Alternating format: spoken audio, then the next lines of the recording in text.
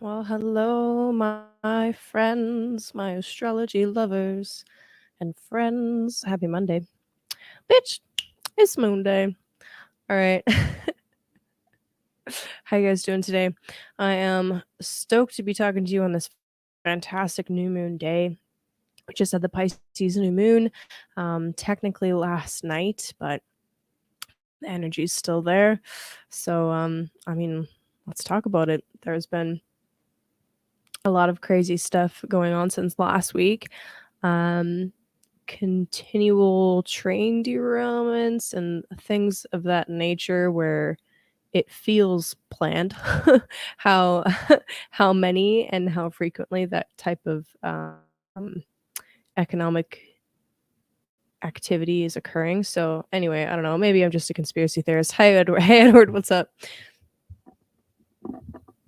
Could be just a conspiracy theorist. I don't know. It kind of feels planned. It also is, to me, kind of, I'm not sure whether it is, astrologically speaking, a sign of what Pluto and Aquarius is going to be like, or some of the themes that we'll be seeing with Pluto and Aquarius, um, namely supply chain disruptions and things going on with the supply chain in particular, or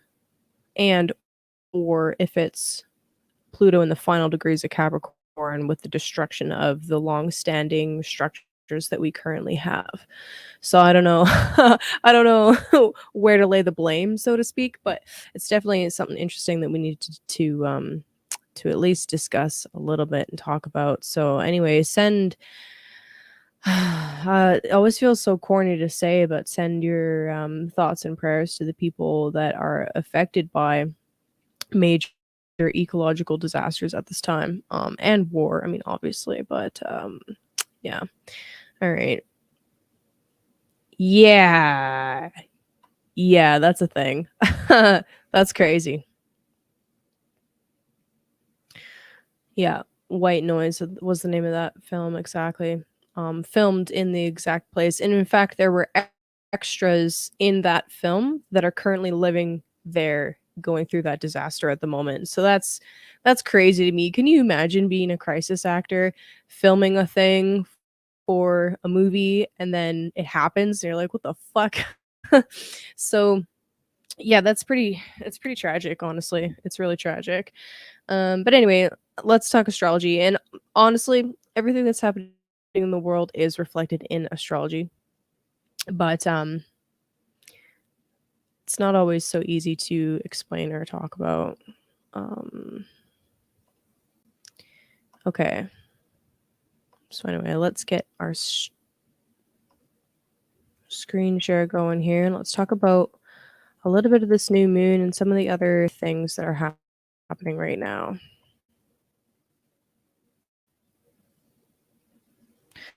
Okay, so this is the chart for, actually, hold on, go back to the current moment. Oh, that was the current moment. Excellent. All right, so this is from my location, right? So if you're newer to astrology and you don't understand what you're looking at here, essentially this is the chart of the moment right now for my location. So in my location, the sun is just set and the moon is just set. So if it had been clear and I had access to the western horizon, I might have caught the first crescent of the moon tonight. And if you happen to be living east of me, I'm in Mountain Time, North America. So if you happen to be living east of me, um, you might be able to catch the first crescent of the new moon right now, um, or in the next few hours. But yeah, so let's talk about that a little bit. So the new moon was actually conjunct Saturn. So here's Saturn right here at 28 degrees of, well, actually, let's zoom in for you. Here's Saturn at 28 degrees of Aquarius. So yes, in the sign next to it, but look how far away it is from the sun. There's 2 degrees to the cusp, and then 2 degrees to where the moon or the sun and the moon met up. So it's 4 degrees away. So that's a conjunction. It's considered to be, what is it called? They call it an out of sign conjunction. I think there's a more technical name than that, but you're not here to learn the technicalities. Anyway, it's technically a conjunction, even though they're in neighboring signs and they can't technically see each other, they're still exchanging energy. So with this super Piscean new moon, when we had Venus was still in Pisces as well, there was some fantastic energy to work with there, and still is, honestly. There, that energy is still active. You can still plant seeds in this area of your life, whatever Pisces is to you. And they will be long lasting seeds, right? There might be some obstacles associated, some hard work that you have to put in, but ultimately you're building mastery. Um, and that's a beautiful thing. So Venus just changed signs as well. This just happened earlier today. So Venus is now in Aries. So she has gone from her sign of exaltation, right? What's up, Raven? Hey, Stacy. It is Moonday. What's up? Stacy. Maple syrup instead of gravy. Yes. That's funny. Okay, sorry. All right, so Venus has just changed signs, right? So back to Venus. So she went from her sign of exaltation, right? She loves being in Pisces. She's a guest of honor, which means that she can perform to the most of her abilities. Everything is being provided for her that she needs. How this translates to your personal chart depends on what your rising sign is and what houses Venus rules. But for a stretch of time here, while Venus was in Pisces, there were things that went smoothly, that moved forward beautifully. And beauty is a key word for Venus, absolutely. Um, and there might have even been, there might have been some areas where we were getting a little bit lost in like another realm. Kind of that kind of feeling can come about when there's a lot of Piscean energy. But now Venus has moved into Aries. Now, as far as the divine feminine energy goes, she's much more fired up. Now, Venus is a cold, not a cold, but a cool and a moist planet. That's her temperament. Cool and moist are Venus qualities. And Aries is obviously hot and dry. So there can be a feeling of like, yes, go, go, go, go, go, go, go, go, go, but maybe burnout too. So as Venus is moving into Aries, this is going to be an area of our chart that we'll be exploring. What is the house in your chart that Aries rules, right? But also, what is the house that Pisces rules, since we're just entered Pisces season? This is very much like, just back to Venus for a second, this is very much the Queen of Wands, right? Very powerful. Real quick, also, this first decan, this first 10 degrees of Aries, is ruled by Mars in both of the planetary systems that are kind of in vogue to use currently, the Chaldean order and the Triplicity order. Both of them agree that this is Mars. So it's an extremely Martian area of the zodiac. It's very much about individuating, about breaking away from the collective and from collectivism in general and going straight towards individuation. This is what Aries in this first decan of Aries is about. It's about cutting away from mom, or cutting away from a group, or cutting away from, this collective subconscious and creating your own individuality. It's about bodily autonomy. It's about asserting that this is mine. I am mine. I am, and it's not yours. That's what that first decan is really all about. It's a little bit brutal. It's not very nuanced. It's not exactly like a glamorous decan. Not the first part of Aries anyway. It's very much like Martian. It's very Martian. Hoping you and you and only you, exactly. What's up, lurkers? Hey, Ronan. Total Eclipse of the Heart was about vampires. Oh, man.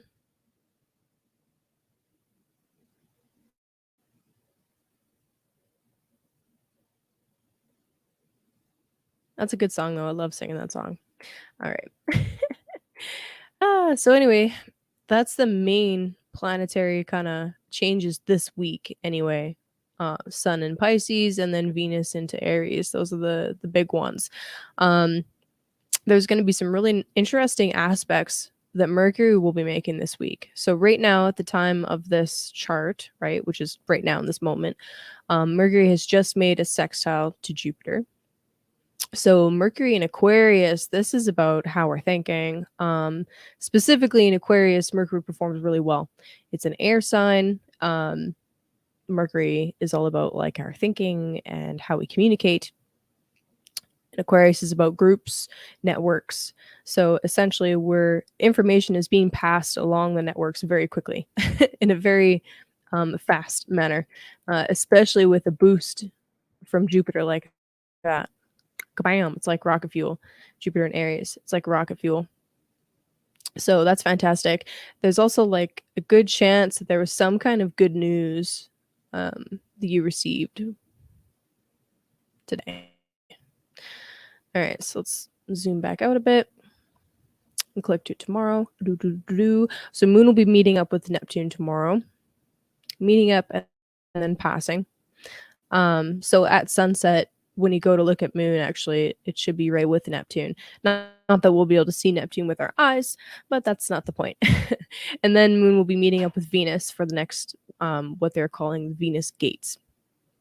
So this is something from a specific school of astrology. What is the name? Well, it's Kaylin Castell and the Venus alchemy. I'm not sure who else works with the Moon Venus conjunctions. I believe the shamanic school of astrology does as well. Potentially some others, but anyway, every time Venus and Moon meet up, as Venus is ascending, it's like reclaiming another one of her chakras. This one in particular is the third one since Venus became visible again and was born as an evening star. This will be all about the solar plexus chakra. So really fascinating stuff. And that is an area that, I'm personally exploring and working with significantly at this time. And I invite you to work with it as well. Venus Gate does sound better than Pizza Gate. That is true. Yep. Yeah, absolutely, Raven. Cutting your own path can be scary. Scary, especially like if you are letting go of some kind of support network or like a safety net, right? If you're cutting away from a safety net, that is terrifying for lots of people. Uh, and being the first one to do something, right? Because that's Aries energy too. Let me just come back here for a second. Aries energy is also about being the first, the pioneer. They are the ones carving the path. They're not walking on somebody else's path. They're carving it. They're making their own way. And that can definitely be scary because you don't know if someone's done it successfully or not before you. Yeah. What's up, Mercury Mel? JLo in the house. JLo, we got to get you on here, girl. One day. Okay, so anyway, and even if like the area of your chart that Aries rules, right? Wherever you are currently taking some kind of new action and initiating something, even if you are doing something that has been done before, right? It's still the first time that you've done it. It's still the first time that maybe even somebody in your current family line has done it, right? And that is also a scary thing, to step out and be different from the rest. Okay. What's up, Benna? Made it through another manic Monday. You did it. A manic Monday on a Pisces new moon. Yeah.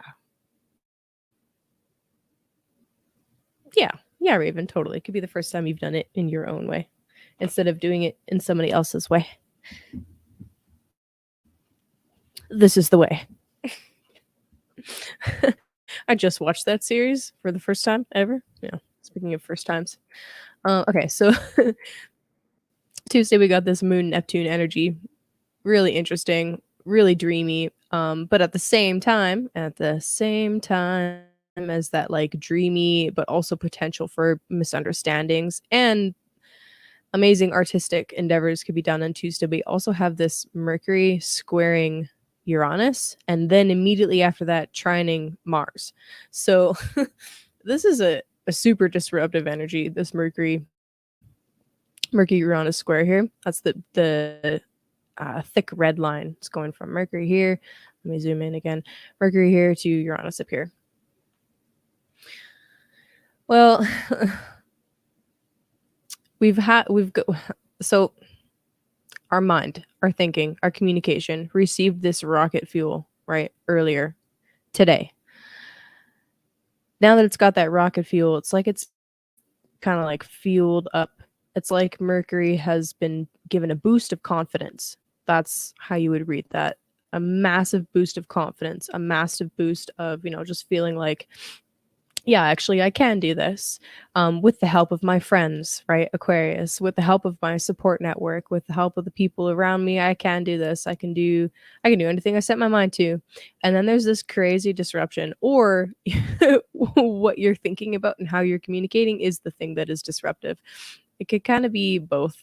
Um, I'm really Yeah, it could kinda be both depending on how this is, in your chart, but I don't know.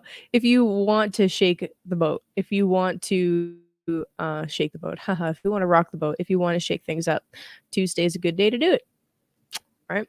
Anyway, after that square, immediately after that is the trine to Mars, and it does matter, by the way, it does matter which one, connects first. It actually does make a difference. So, the order is Jupiter, sextile, okay, then square, so something nice, something harmonious, something that's, like a beautiful boost, and then the disruption, and then there's a solution, right? That's what the trine to Mars is like, "Oh, nah, that's actually a solution over here." So we've been working with this Mars Gemini energy for a while now. I don't feel like I need to describe it to you guys. You know what's up with that. It's debates, right? Or just now that Mars is moving forward, it's going direct, there's a lot more mental clarity that we're working with. So this is like there's some crazy disruption, probably in the area of maybe resources, or there's something either with resources or with there's some physical need maybe that disrupts your plans, your your carefully calculated plans. That's Mercury in Aquarius. But then it's like, oh, okay, if I actually just look at this from another perspective, that's Mars and Gemini, or take action on this from a different perspective, um, that's where the solution is. It's kind of like maybe you need to activate Plan B or Plan B2 or whatever. You know what I mean? All right. It is Moonday. What's up, Jake? Try not to fall to the boat. Maybe that's what's needed. Hi, Charlotte. Stacy. Yeah, yeah, yeah. All right. Benna says dealing with people is hard edges. I withdraw till I have the electricity to respond. Yeah, yeah. It sucks when people say mean, condescending shit. Oh damn. When did that happen? Is that the disruption that you're feeling? Yeah. Okay, back to the chart. So anyway, interesting stuff going on tomorrow with Mercury. Essentially, the moral of the story here with this is that there is some kind of a solution to whatever it is that's going on. You just might need to look at something from a different perspective, like I said, or even engage in dialogue in a different way than how you normally would. Um, or even bring in like another party, somebody else to assist in some kind of negotiation. Perhaps you need to be a little bit more assertive with something, with a boundary, or even a little less assertive. Like Mar- Mars right now, this is Mars's decan, the middle decan of Gemini. So it's the nine of swords energy. So it could actually be that you need to temper your temper a little bit, haha, uh, or something along those lines. Like obviously, this is going to be different for every individual here and whatever they're facing. Um, and yeah, so take these energies and apply them on an individual level, and go from there. Okay, I'm gonna check back. What's up, Gabe?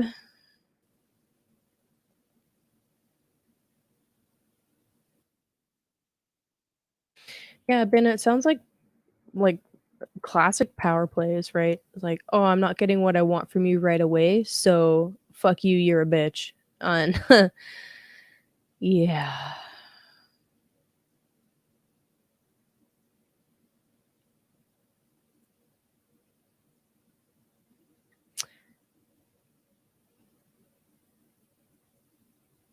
guy was physically pushing. Oh, no good.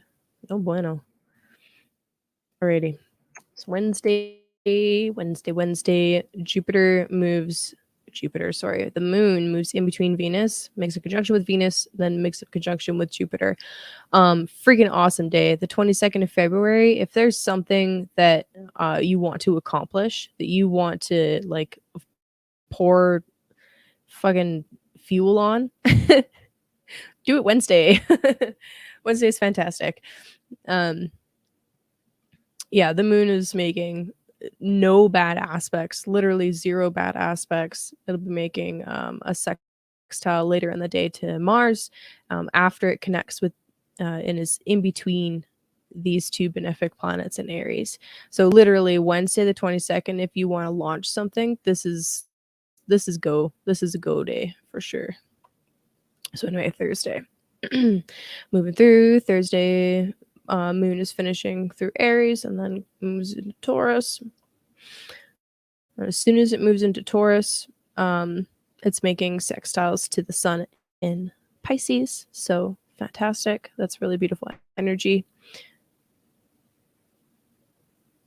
And it's actually it's quite calm until moon meets up with Uranus.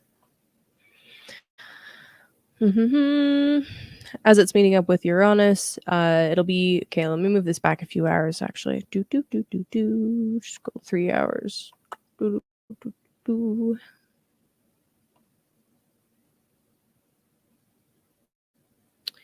Little bit. Oh, a little bit. Right there. Boom. Okay. So mid afternoon Friday for North America, anyway. Moon will have passed Uranus, and by the way, Moon in Taurus is its exaltation. It loves being in Taurus. That's its favorite place. It's all about like really wanting to be comfortable and really wanting to have the nice things and to the anything that feels luxurious. Moon wants it while it's in Taurus, definitely. But then Uranus is there. This has been a really difficult energy for Taurus because it's like you want to be comfortable, but you have to step outside of your comfort zone. You cannot stay in the comfort zone, which I think is supported right now by the ruler of Taurus, Venus, being in that first decan of Aries. It's like uh, you're getting outside of your comfort zone whether you like it or not. So that's a thing. But anyway, then later in that afternoon, Moon will make the square, the lovely square that you see on the screen there to Mercury. So this is really about like potentially getting some wires crossed and like maybe some miscommunication going on, or what you want that will help you feel comfortable is not what you're communicating. It's kind of like having difficulty communicating those needs, especially if they're really weird and unusual.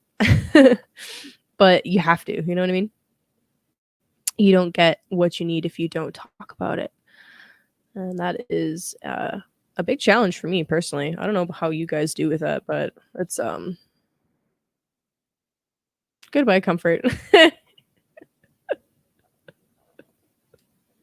Yeah, it's difficult. Yeah. Hey, you know what? This whole year, this whole year is like astrological turbulence from now till March, man. Oh my goodness. Ooh.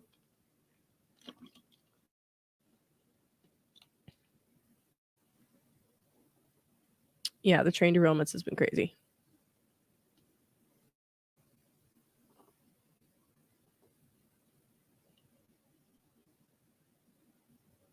Sorry, I'm just scrolling back. Yeah, dude.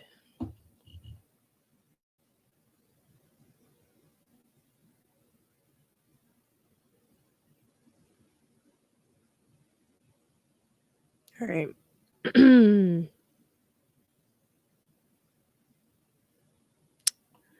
Damn.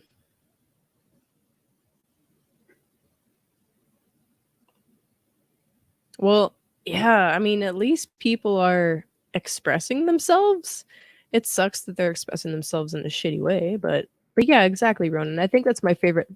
I think that's honestly one of my favorite parts about astrology is like it helps give an answer to when will this pass because it will. Word. Word.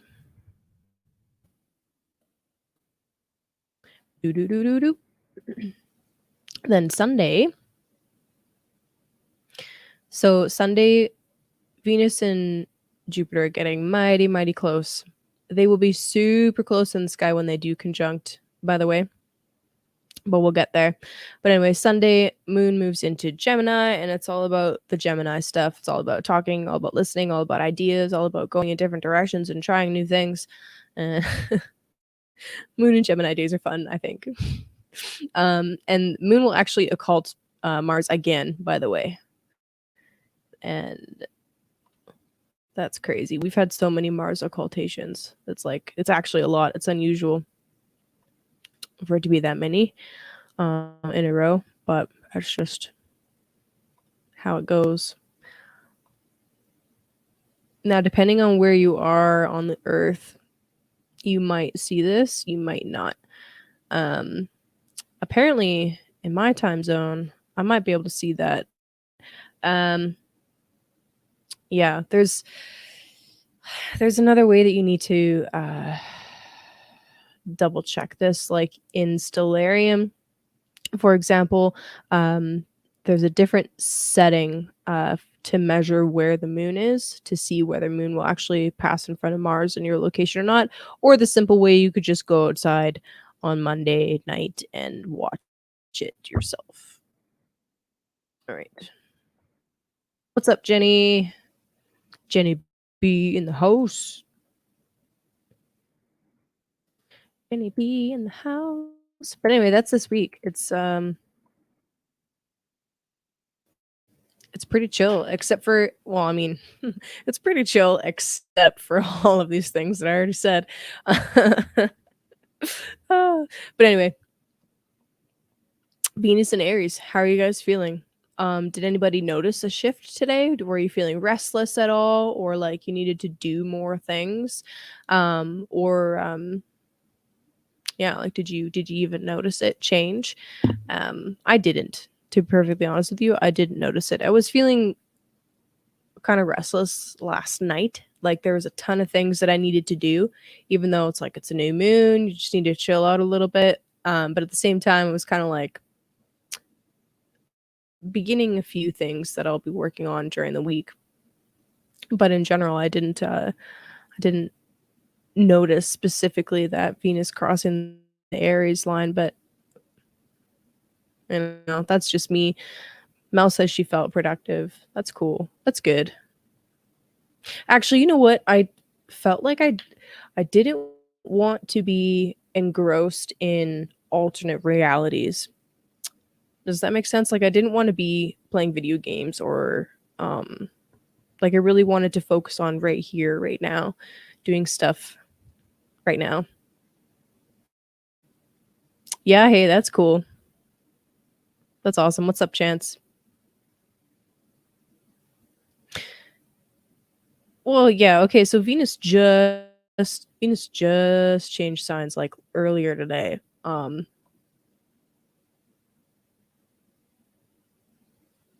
Yeah, interesting. Thanks for checking in, guys. Also, if you are a person that has Venus in Aries in their nativity, which means in their birth chart, I'd love to hear from you. Let's talk. I know, I know a couple ladies that do, but hold on, I gotta move my mic.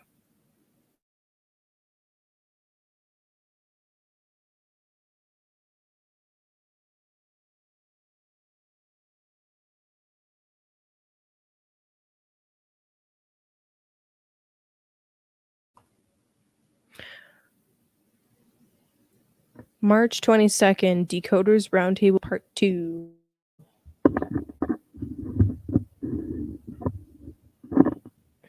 That'd be cool.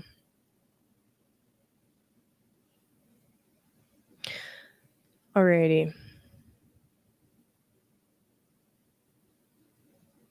Oh yeah, that's right. Ronan, you were working on a big project.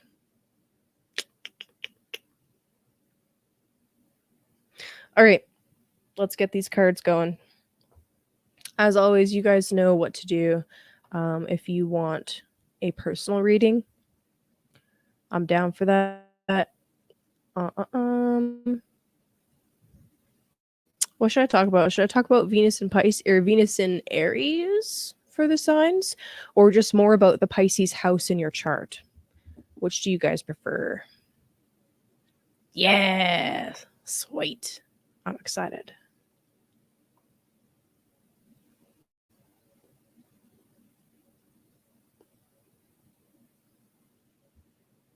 Hold on.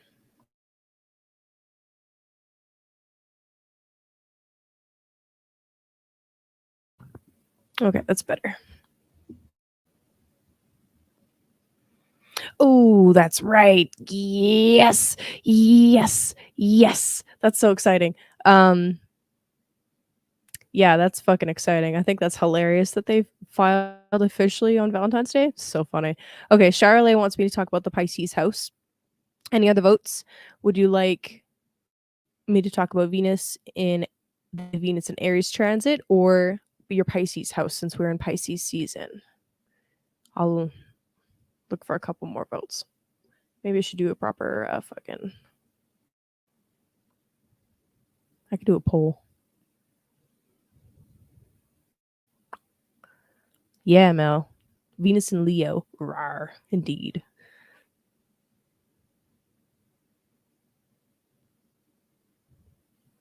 And in the meantime, I'm going to shuffle some cards.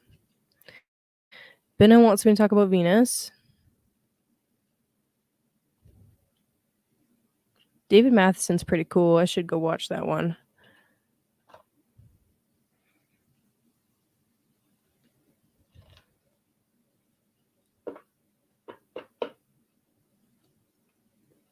So Venus in Aries or the Pisces house? What do you guys want me to talk about?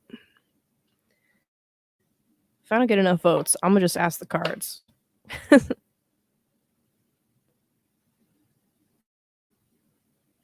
So for those of you who have Venus in a fire sign, Mel, that depends on where it's doing its retrograde. So for those of you who have Venus in a fire sign, Venus in Aries will be especially helpful.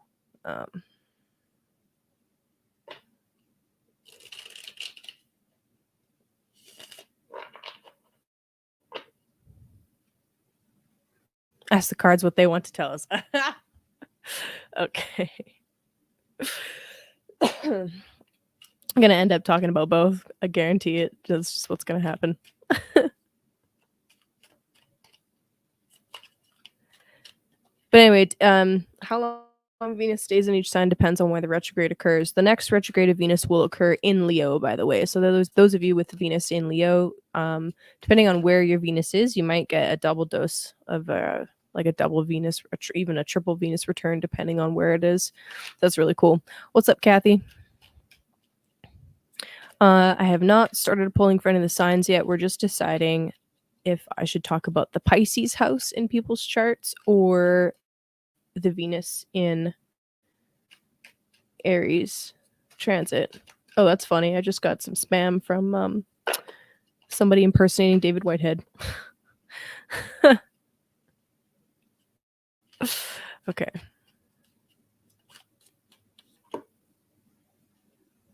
Well, that's not helpful.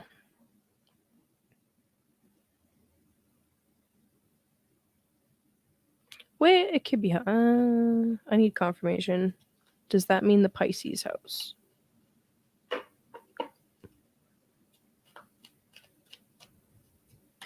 You might not have a Pisces showing, but you have a Pisces house. As a Cancer rising, Pisces is your 5th whole sign house.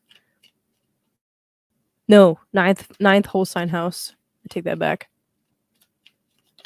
Whoa. Okay, also not helpful. The cards are just giving me all air. I spelled fire and water, and they're like air. not, not helpful. Okay. Fuck it. I guess we're talking about all of it then. All right. That's fine.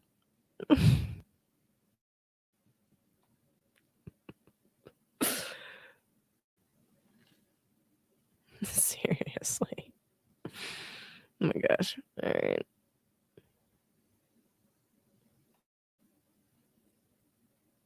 All right. Well, anyway, we're starting with Pisces. As per usual, let's get this show on the road. What's up, Cody? All right. I'm just going to end up talking about both, I guess, because they're like, just start talking.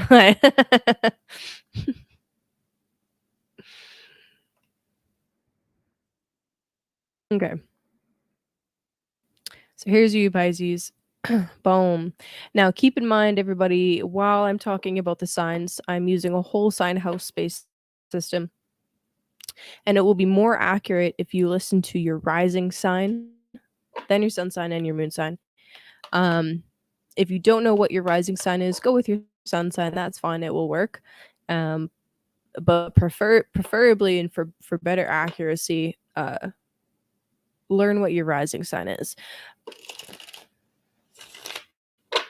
The rising sign is what house or what sign rather was on this cusp at the ASC, at the ascendant, at the time of your birth. It's important because it's where the heavens intersect with the earth at the moment of your birth. Literally where the heavens came down into earth, right? That's what the ascendant represents. So anyway, Pisces. So kind of cool. Venus moves into your second house. Now, like I said, it's not Venus's favorite place to be. She dries out quickly in Aries. However, it's still a benefic planet, and it's still in the second house of like resources and your own personal self-worth. So Jupiter and Venus in the second house, damn, that's beautiful. That's actually fantastic. So if you have been feeling low at all lately, use this energy to, do some really nice self-care things for yourself and take care of your body in a really loving way. Now, usually the first house is considered the body, but the second house is the resources and the things needed to support the body. And self-worth is often seen from second house because we're talking about values. So anyway, Venus is a really nice boost here. Frankly, it's a nice boost. If there's anything that you want to launch on like the 22nd or just, this week in general for, anything that you want to do to help yourself make more money or just acquire resources in general, whether it's financial or otherwise, great time to do so. Dun, dun, dun, dun, dun. What do we got for cards? And obviously Pisces is your first house. So with the sun being here now, it's like, congratulations. You're stepping into the spotlight. How does Pisces feel about being in the spotlight? I don't know. But anyway, the sun moving through the first house, it can help you feel just revitalized. That's the word I would use.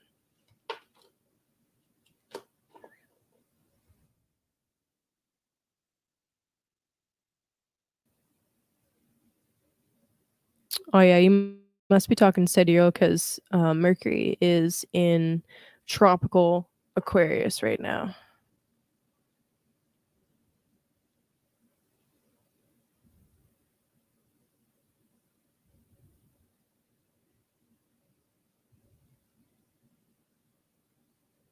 Oh, nice. That's sweet. I was just asking Cody actually if anybody noticed Venus changing over signs because she was in Pisces, now she's in tropical Aries. So I was curious if anybody felt that. So that's cool. Thank you for answering that. Oh, snap. Oh my god. Chance.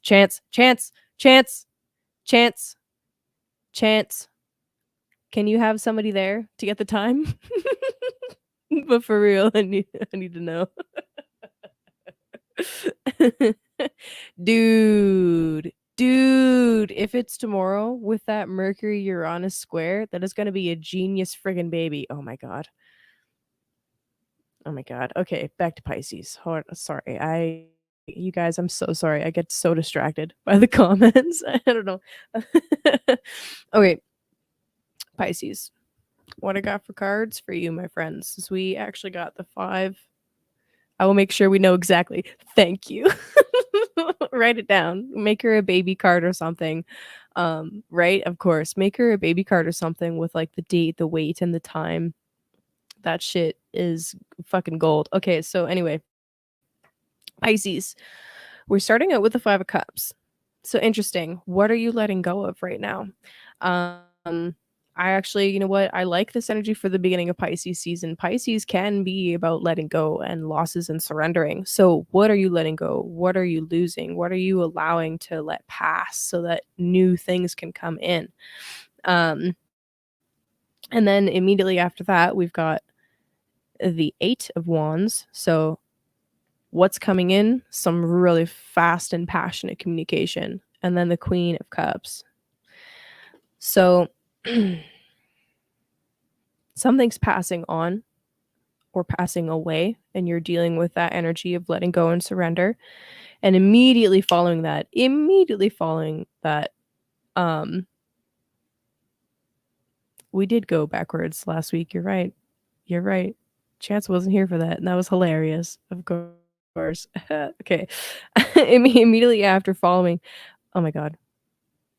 Immediately after that, something comes in for you, right? Some kind of message, or even it could be from a divine source. It doesn't have to be from somebody else.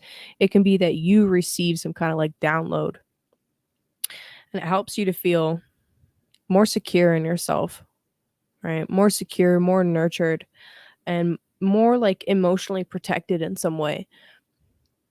Yeah, exactly. The time that you're not there, I started with Aries and it was hilarious. Okay. Oh my gosh. Yeah.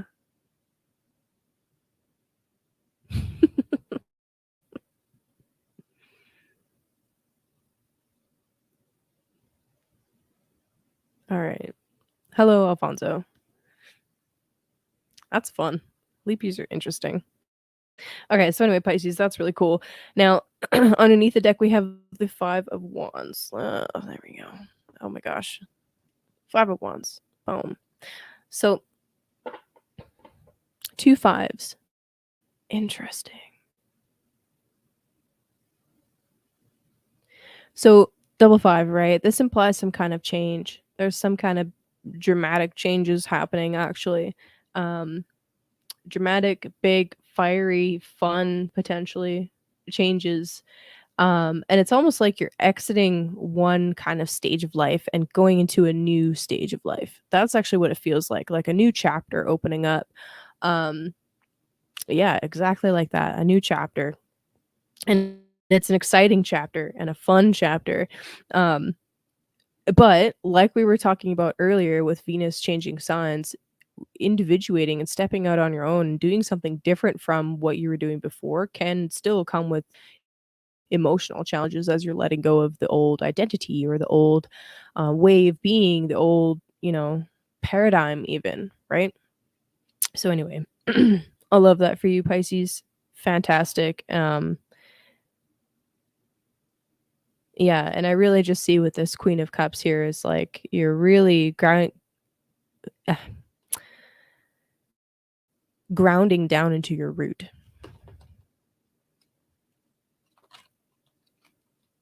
And if you're feeling unsettled at all or nervous or anxious about the upcoming Saturn transit, that is what I would recommend is ground down into your root.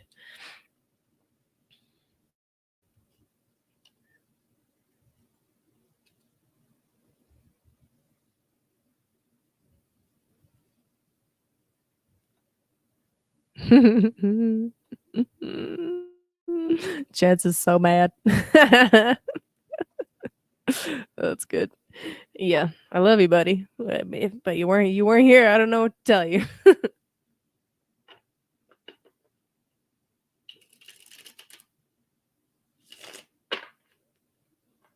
I love the Peace Stealer. I missed that transmission, but, yeah, that's there can be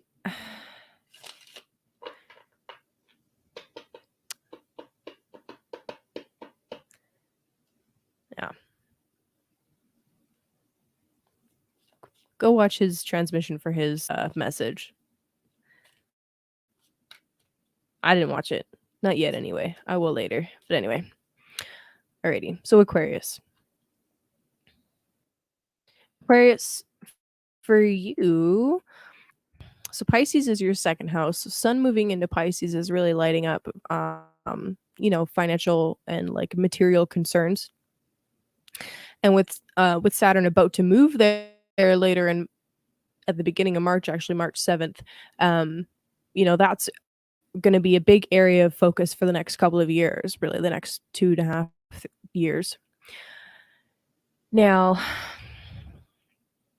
with Venus having moved from your second house into your third house, what this is bringing a renewed focus on, if you are wanting to do any marketing, right? If you want to market for yourself at all, Venus in the third house, especially with Jupiter there too, friggin' fantastic, right? Like if you want to advertise something, if you want to really market your skills, the absolutely beautiful time to do it.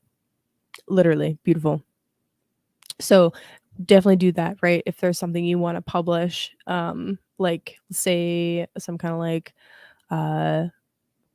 Ronin website or something of that nature, especially if it's something new that's never been done before. Fucking do it now, man. Especially if you could launch it by Wednesday, even better. But it's okay if it's not by Wednesday as well. That might be too soon for you. Um, regardless, the third house carries a lot of different themes. We could be talking also about like wanting to um explore your neighborhood a little bit more or focus a little bit more on your in-person connections rather than your social media connections. Um that's good. He's always funny. P Steeler's always funny. I love him. Okay. Uh nice. All right, Aquarius. That is fantastic. I accidentally turned over your card, actually, the King of Swords. Boom, King of Swords. So that's actually, I don't know, that's a good omen. What else do I want to say for Aquarius? Enjoy this time with Mercury in your sign too, right? As Mercury is in your sign, it's like you are just able to think more clearly and really execute some of those plans that you've been working on in the background. Okay, so what do we got for Aquarius? Whoa. Damn. That's fun. All right, so we got, like I said, King of Swords already came out. So this is you actually operating in peak Aquarian condition. King of Swords has several plans going at once, right? He is so deep into the chess match. He already knows that you're going to lose and how you're going to lose and when you're going to lose. That's how advanced his knowledge is. He's got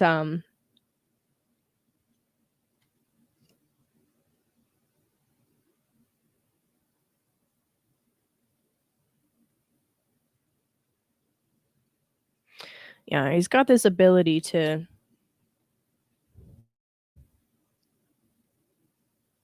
how do I want to put this? See far enough into the future that everything is accounted for already. That's the Aquarian vibe. With your King of Swords, you have two major arcanas, the Hierophant and the Tower. Bam and bam. Damn. So Hierophant is Taurus energy. Hierophant is about being so grounded in the truth and having these knowledgeable uploads come through and leading by example. The Hierophant can also indicate a lot of tradition, wanting to do something in a traditional way. But with the Tower, it's like, screw your tradition. We're doing it in a totally new way. All right. It's like, and that's also consistent with the Aquarian vibe, right? It's about breaking broken rules. So on one hand, Aquarius, there are some traditions or some old ways of doing things that might be valuable to hold on to for the moment that you don't want to completely destroy.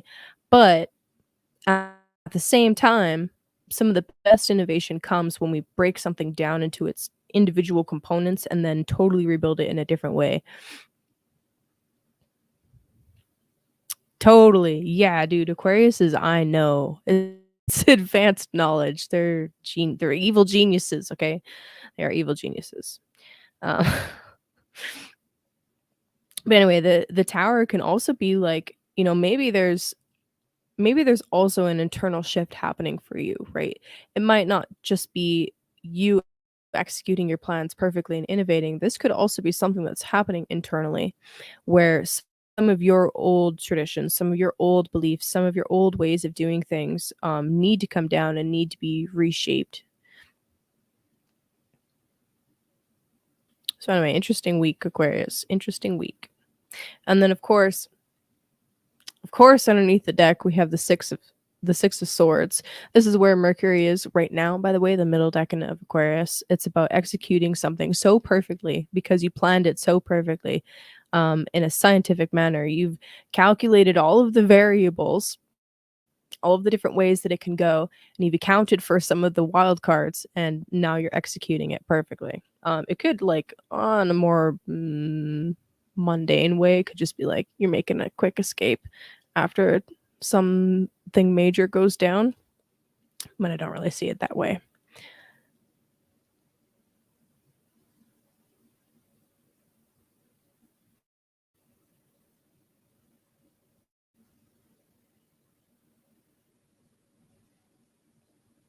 Also, for those of you that feel like you are an outcast, for those of you that feel like, maybe you're a little too weird, or your own sense of authenticity is actually what, kind of throws people off. It's like you're too authentic for them. They can't handle it. Um, that hatred of small talk. You know what I'm talking about. Uh, the need to dive into deeper conversations. That can be really upsetting for some people, or unsettling, not necessarily upsetting, just unsettling. The fact that you're able to pierce into their soul and go cut right to the chase. But anyway, if that is you, if you resonate with that, um, what I'm kind of seeing is like it's okay to be alone for a little while if you need that. Uh, especially because what you're trying to build in the future, what you're working towards in the future, will be something for more people to gather than what you'll lose in the process of being authentic. Okay. Aha! That's hilarious. I love that. I'm an evil genius. Well, it's because she is, okay? And when people tell you who they are, you should listen. Uh, oh my god. Yeah, that's so funny. All right, it's Capricorn. Capricorn. Outlaw. Yeah, I like that better. That's a good one, Gabe. Outlaw. Outlaw country. Woo! Okay, Capricorn. So Capricorn, Pisces is your third house. So sun moving here, there's much more of a focus on your local connections, right? Um and as you're preparing for Saturn to move here, it's really about really focusing on, what are you building locally? What are you building in the real world, in your local neighborhood, right? Um, also, check in on your siblings. How are your siblings doing? If you have siblings, anyway. If you don't, then don't worry about that. But sometimes, every one of us has at least one friend that we've had in our life that was more of a sibling than actual siblings, than a blood relative. Check on that person. I love that, Ronan. I'm excited to see what you're building. Wow.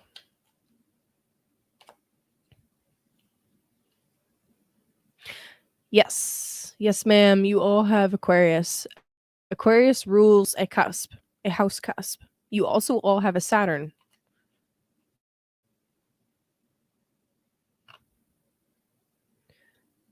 Anyone who says that they're not evil at all is definitely evil.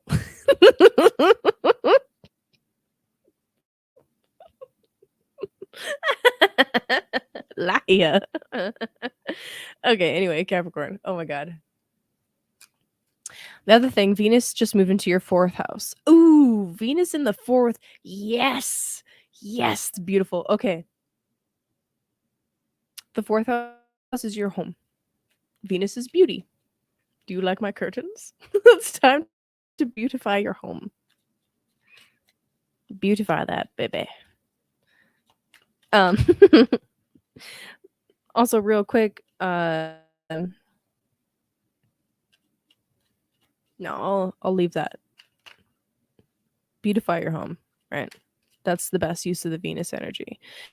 Make it a pleasant place to be and a pleasant place to stay, especially if you're going to be working on your neighborhood connections more. It's really important that you have a good place to go back to that is soothing, right? And I mean, Venus and Aries is not exactly a soothing energy, but you can try to make it that way, I guess. All right, that card came out a couple times. She wants to be talked about, and that one. Oh, right. Perfect.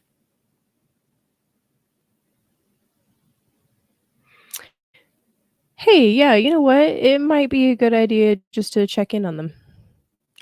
Or not. Like, right, it depends on like why you grew apart in the first place, right? I'll leave that up to you to decide, obviously. But anyway.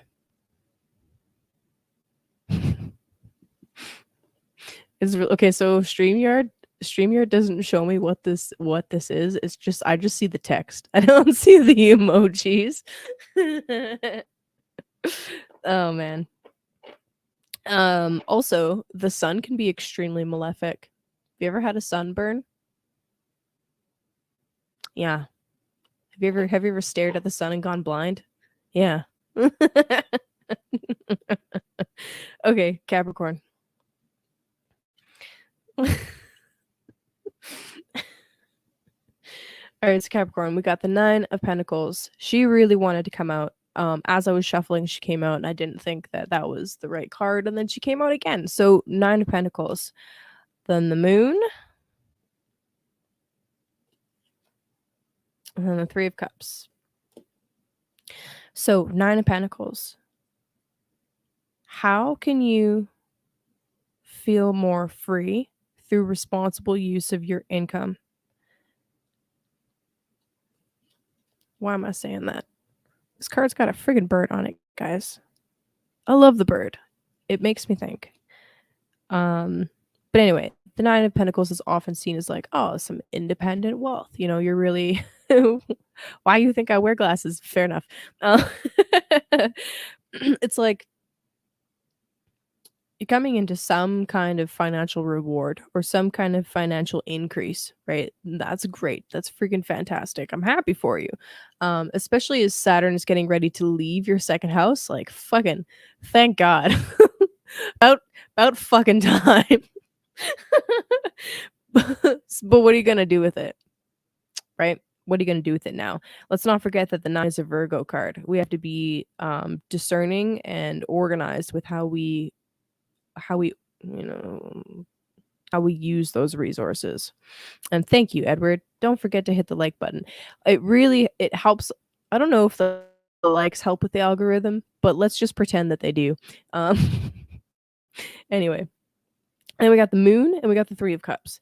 Now, the Moon can imply that there could be some kind of secret thing going on, right? Um Alternatively, it's just, pay attention to your Pisces house. We're talking about Pisces right now. That's the third house. Something to do with your neighborhood. Something about facing fears. Something about needing to, yes, discerning. Yes, yes, discerning. We talked about that earlier. There's something here about like releasing fears and going where you're anxious to go anyway. You know, especially if it has to do with meeting with people in your neighborhood, especially if it has to do with friends, making new friends or really or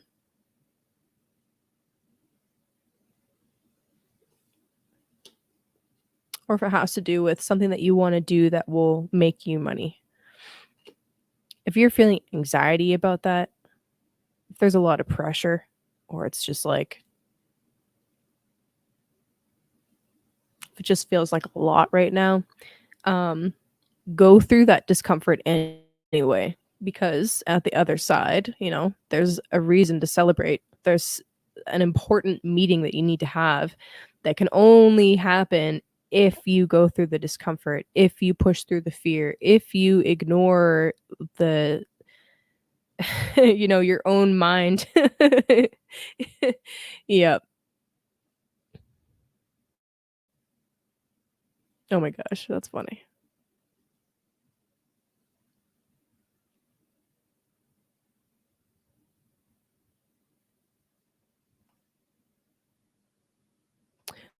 That's a really interesting analysis, Binna, especially because they are Gemini. They have a 6-8 relationship. Gemini is sixth from Capricorn, and Capricorn is eighth from Gemini. It's like that's the kind of a aspect that would like be really difficult at first. Um, but yeah, anyway, try to get a high score. I like that gamifying money. Anyway, move through the discomfort. Don't pay attention to the fear. Move through it anyway. Also, I would also add just like perhaps you need to pay attention to your dreams a little bit more and make sure you're journaling and doing your introspective work. Okay. Yeah, Edward, definitely ask your mom. Also, do you guys have birth certificates? I know there's places that don't do that, and don't have the time on the birth certificate, but if you can find any kind of like documentation from the hospital or birth certificate or something like that, that might have the time of birth on it, that is even more accurate than mama's memory. 'Cause sometimes mama's wrong, especially if she got drugged. I mean, like epidural drugged. Oh my god. Okay, anyway, Sagittarius. Sagittarius, good job, Jenny.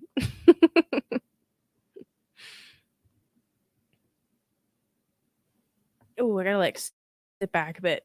All right, Sagittarius. So, a couple of things. Sun is moving into your fourth house. So there's a renewed focus on your home, right? A renewed focus on like making sure that the things at home are running smoothly. It's pretty simple explanation. Um, the sun moving through this fourth house can also just, it's like there's something going on at home that helps you feel revitalized. And if there's anything that needs to be dealt with, deal with it sooner rather than later so you can enjoy that energy rather than, having to work through a bunch of crap, sometimes literally.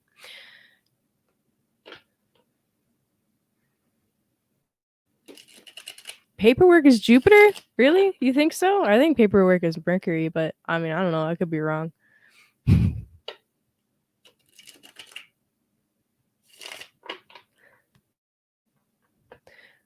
Okay. So the other thing, Venus has just moved into your fifth house. Congratulations, Sagittarius. You just rolled the fucking Yahtzee.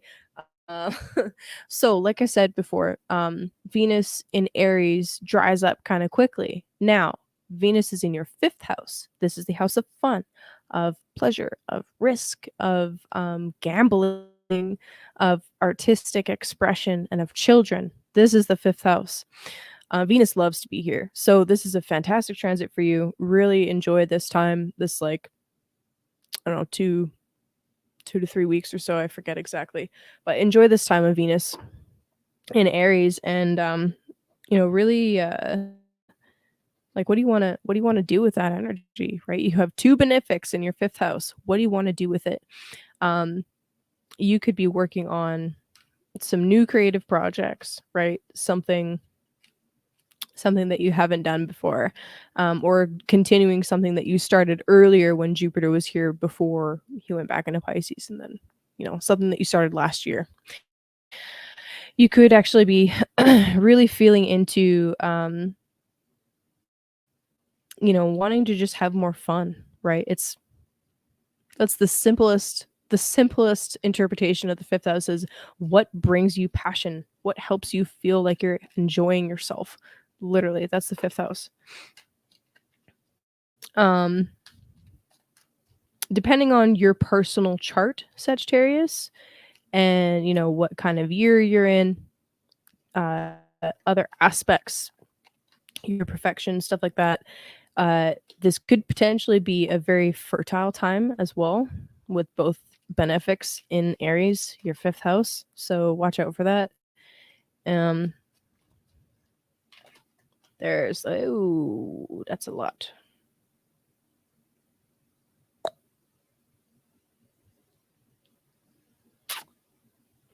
Should I take these?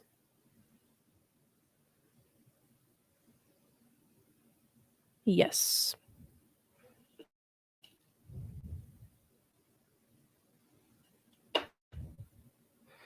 Okay. Pardon me. All right. So, as I was talking there, all right, we have the fifth. The fifth. Oh my gosh, the Five of Swords came out right away. So interesting. Very interesting. That's the first decan of Aquarius. It's all about, like, there's some kind of defeat that occurred. Something went down. Um, it came out at the same time as the Two of Cups, or right before the Two of Cups. So that's interesting. It's like there's an important conversation that needs to happen with a partner, right? Whether it's a romantic partner or not. Usually with the Two of Cups, that's what you would see, but maybe not. But anyway, there's something important, some kind of important conversation that needs to happen or has already happened. Um, Probably with a lover. We are talking about a lot of fifth house energy here, fourth and fifth house energy. But about what? About what? What was the topic? Well, then three cards came out right as I was talking about, hey, you might be super fertile right now. Bam, bam, bam. Three cards came out. What do we got? We have the Page of Pentacles. New seeds being planted. Know what I'm saying? But also the Eight of Pentacles. Something that requires diligence and hard work and long-term planning. Right? Right? And then Temperance, which is your card, Sagittarius. Temperance is it's alchemy, but it's the combination of two very different forces to come into one. So that's probably what the conversation was about. So how do you feel about that, Sagittarius? Are you fucking worried as hell? Like, how the hell are we going to actually manage that? How are we going to pay for that? These are good questions. Again, a double five. And I believe J-Lo said that there was a 55 gate activated right now. Gate 55 activated. Which planet is activating that right now, J-Lo? I must know. Anyway, wow, Sagittarius, this is really cool. So it might not be children, but there's something that you're starting that feels like a child, that feels like, it's an endeavor that you've wanted to do for a long time, that you're excited as hell about, that is going to take a lot of work, but you're just in the beginning planning stages, or it's just in the, like, the seed has just been planted. And I mean, literally, we were talking about seeds in the in one of the groups earlier today, and yesterday, so that's kind of cool. Anyway,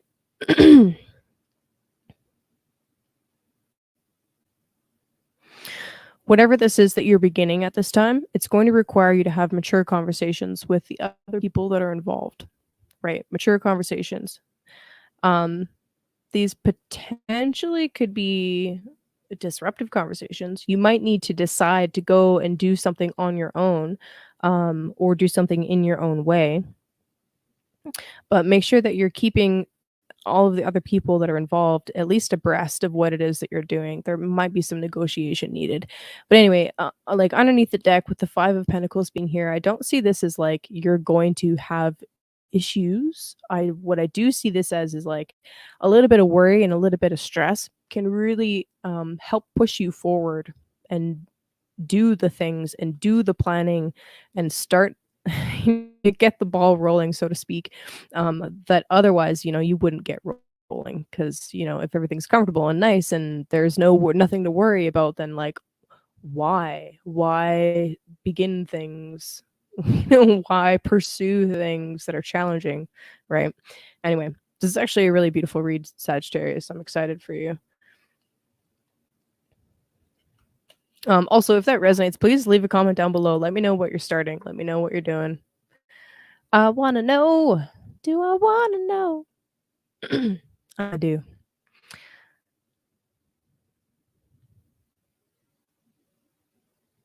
Okay, Scorpio. Scorpio.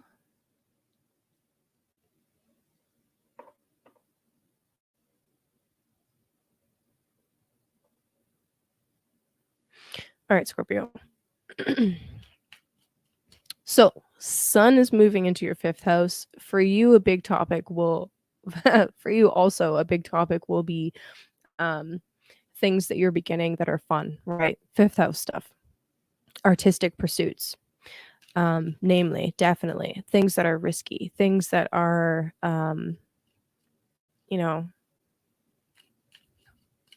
pleasurable. Can you gamify something this season? You know what I mean? During Pisces season, gamify something. I think that's your homework, Scorpio. Gamify something. Make something fun. Uh, now, Venus has moved into your 6th house. So Venus and Jupiter are now both in your 6th house, Aries.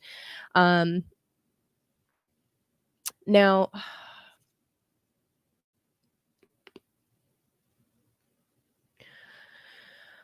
the 6th house does have a lot to do with health. It's our nice modern astrology way of saying illnesses. It also has to do with your daily service, right? The things that you do on a daily basis that are essentially an active service.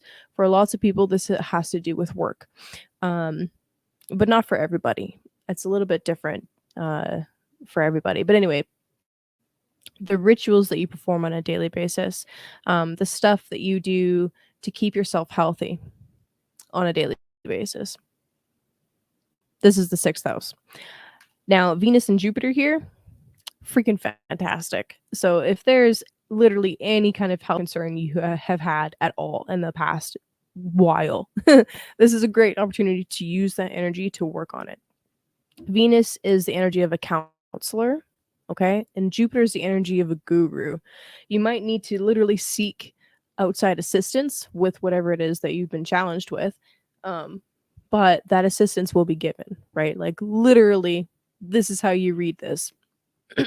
Beautiful transit. Nothing bad to say.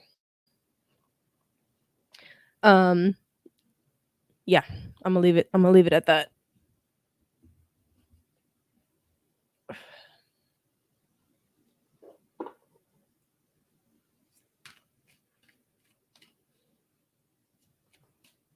Yeah. Just stare at the chart for a second.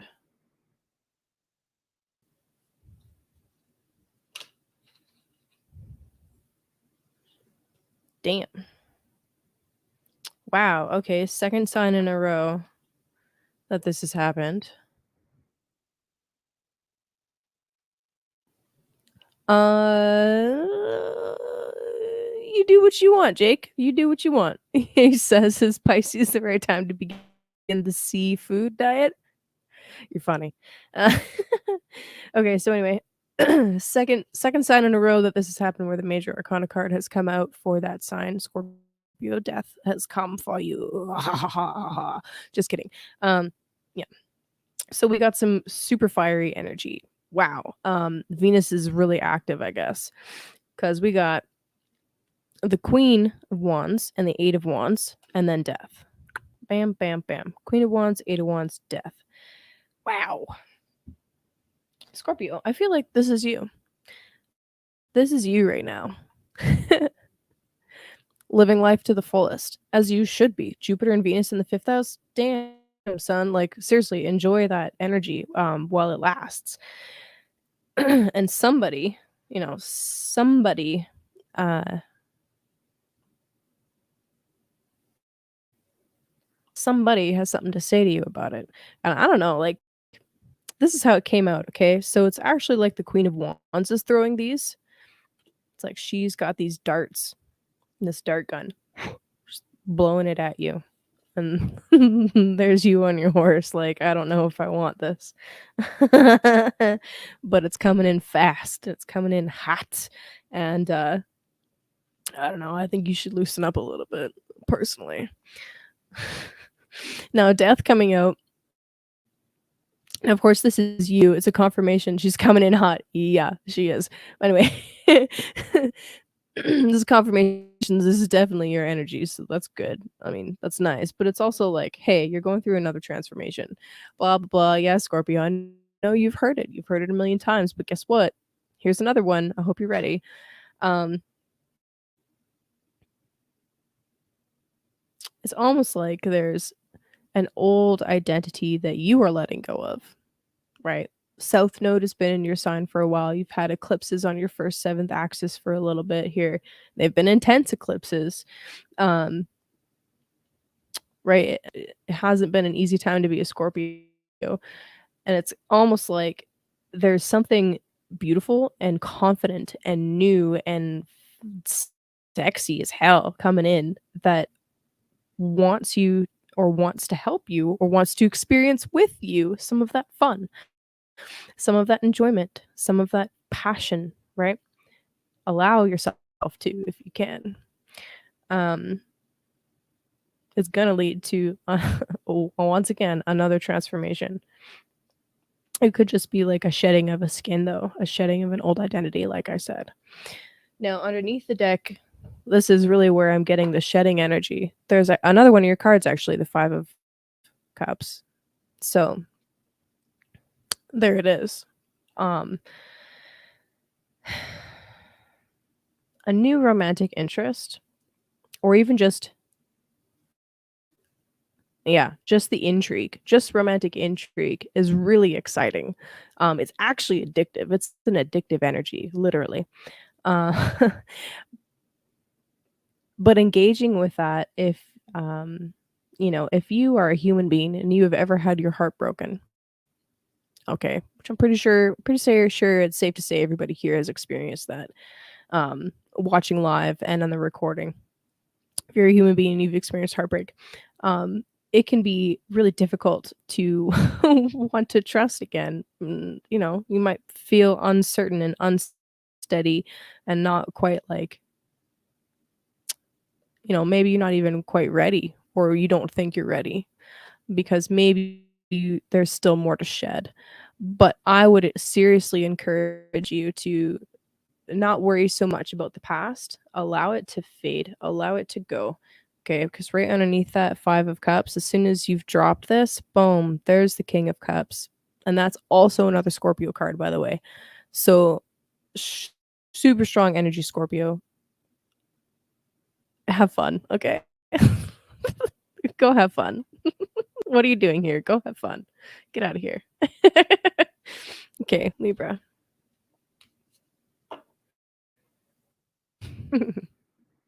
Libra.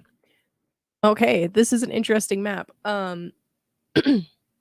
Libra, Venus has just moved into your seventh house. This is your chart ruler. Okay, so Pisces season, we're talking about a sixth house season for you. So big focus on health and your daily habits and routines. but it's like a spotlight's there now. You need to really pay attention to something. However, with Venus in the seventh house and this being your chart ruler, there's a huge that's sad. Okay, so anyway, there's a huge emphasis specifically for you, especially on seventh house things. So relationships, one-on-one partnerships, entering into formal situations where you will eventually sign a contract. Kiss that thumb if you haven't, Stacy said. Oh, that's sad, Mercury. Mel. I'm sorry for your friend anyway. Yeah, interesting. That's a really interesting interpretation of those cards as well. It's like somebody super hot, phone conversations, death. Damn. I hope then in that case that I hope in that case. So my apologies, Libra. Gonna go back to Scorpio for a second. Okay. I hope in that case then what transpired revealed something for them that they can work on, right? Because with the death card, with it being a Scorpio card, it can be about deep introspection, um, deep psychological work, right? So maybe that helped them reveal something about their own patterns, maybe about the types of women that they choose, maybe, or yeah, maybe there's self confidence issue in themselves that they need to work on. I don't know. I don't know. Obviously, I don't know any details. I'm going based off of that one sentence and the cards. But anyway, that's awesome. You're a Libra, aren't you? Because yeah, Libra has had since Pisces is the sixth house, right? For Libra, especially Libra ascendant. Um, yeah, I bet. Anyway, for Libra ascendant, Venus was in Pisces, which is the sixth house. So that is the health house, right? So that's literally you, your chart ruler, in the sixth house, focused intensely on your own health, right? So that's really cool. That's very literal astrology, and I love it. I will do my best to slow down and help you with that. So you're a Libra as well, right? Libra sun, I think. So let me bring up the chart. Let me bring it up to illustrate. Okay. Because it will, I think the visual aid will be of assistance. So let's go back. Do, do, do, do, do, do.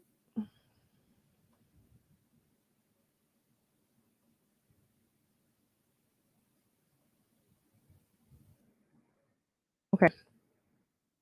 So this is a whole sign map, right? This is Libra on the ascendant here. So Venus rules Libra. Okay.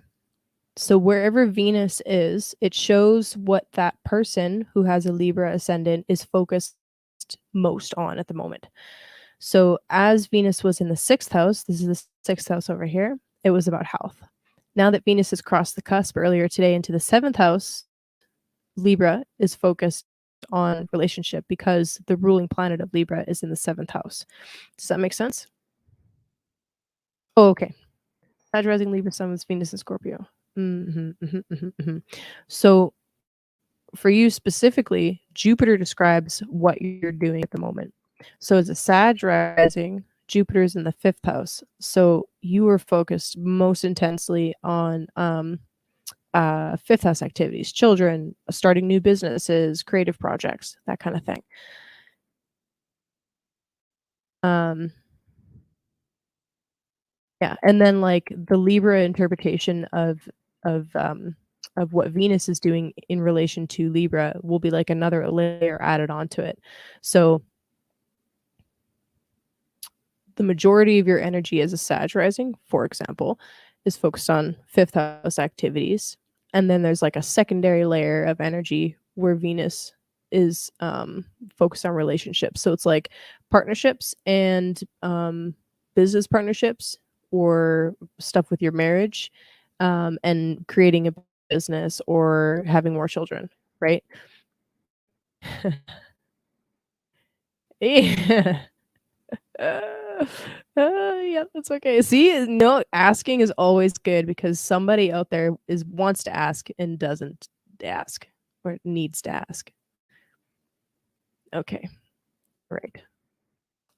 So anyway, this is why essentially it's really important to know what your rising sign is because that will be the most accurate. Yes, ma'am. Uh, Pluto crosses into Aquarius in March. Okay. Yes, please stop me and ask questions whenever you're confused or if you need me to slow down. I'm totally okay with that. I realize that I can get really technical and that can be confusing. I'm working on that. So I appreciate it very much when you get me to ask or when you ask questions. So continue to ask when you're confused and always listen first to your rising sign. Like I said at the beginning, because it will be the most accurate. And then if you listen to the sun sign in addition to that, it's like an added layer of interpretation. So you need to like take them both if you're going to listen to both, or to just not get confused, just listen to your rising sign. And yeah. But anyway, all right. Where are we at? Libra. Did I pull cards for Libra? No, I did not. So Libra, big focus on relationships, especially. Sorry about that. With Venus now in your 7th house. And yep.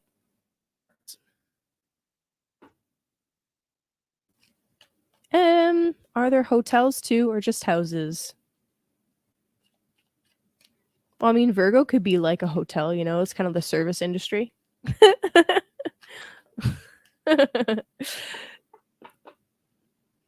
If you are okay, oh man, all right, astrology lesson.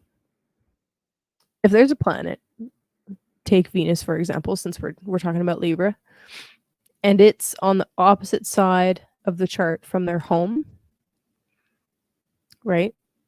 Libra is home, Aries is the opposite side of the fucking chart from home. This is like being in a foreign land. So Venus in Aries is more like she's staying in a hotel, but an Aryan hotel. So it's on fire. It's not on fire. I don't know. It's definitely not a 5-star hotel. Okay, because it's not a tourist hotel, which would be home for Venus. It's more like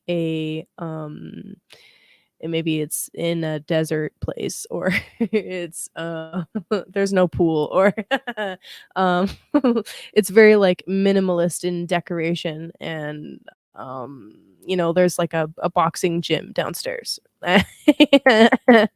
Yeah.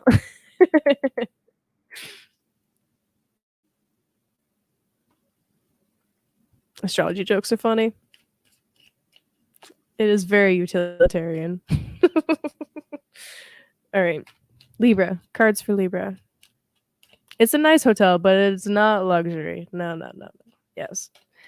It's like you might have your own kitchen, but it's the bare necessities. You know, it's not the best. Yes, ma'am. I do have a Telegram chat channel. So, on Telegram, I am Kaylee Bracana, or Northern Eagle 1221. My channel's name is Kaylee Bracana, and there is a group chat attached to it. I should leave a link.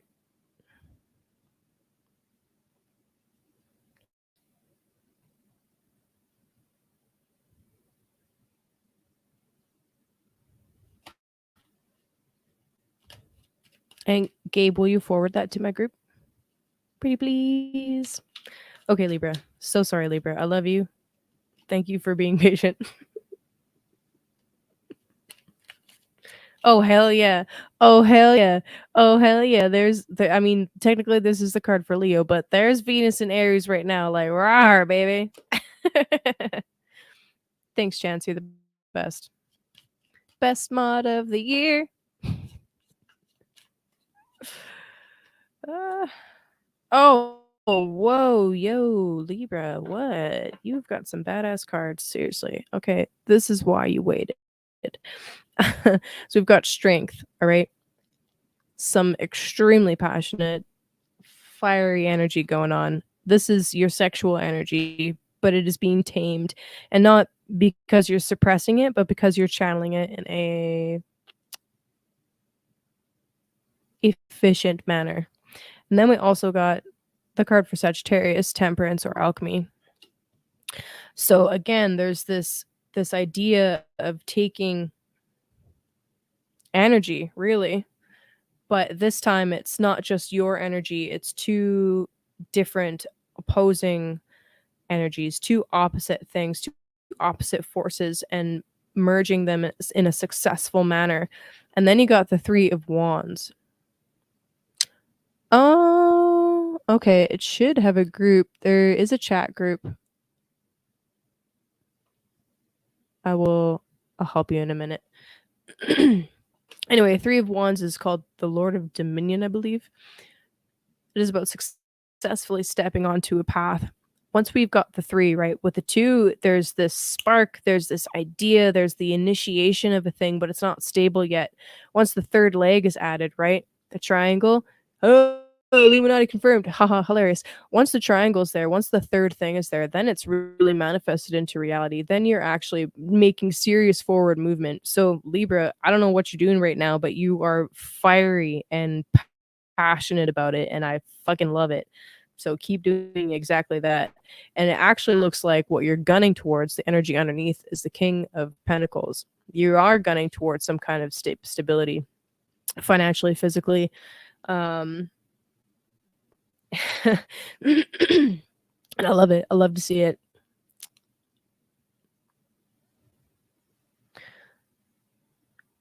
Yeah, love to see it. This is fantastic energy, Libra. Yeah, keep moving forward with whatever it is that you've been working on. Just keep going with it. Don't stop. Um,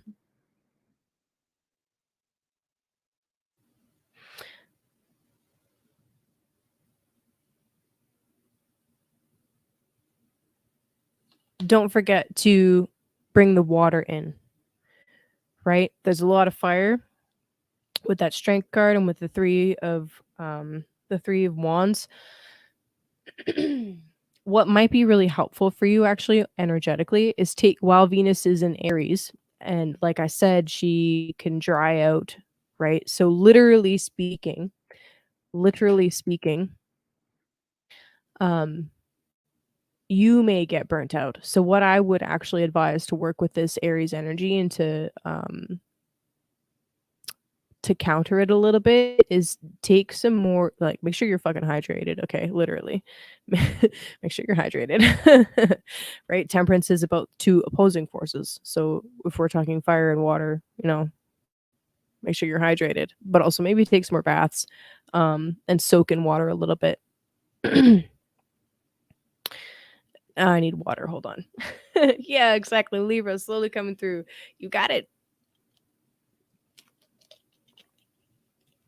So, yeah, Melanie, I think there should be, like, if you click on there should be like a chat icon.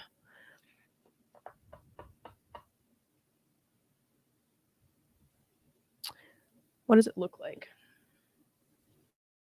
Hold on, y'all. One sec.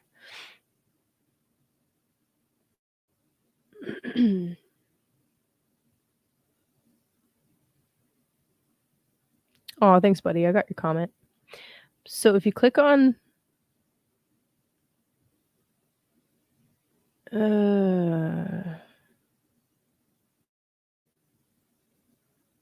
yeah, the group is settled Kaylee's tea house. Yeah. I mean, this is the separate room. The tea house room. Yeah, the chat's called Kaylee's tea house. Sorry, guys.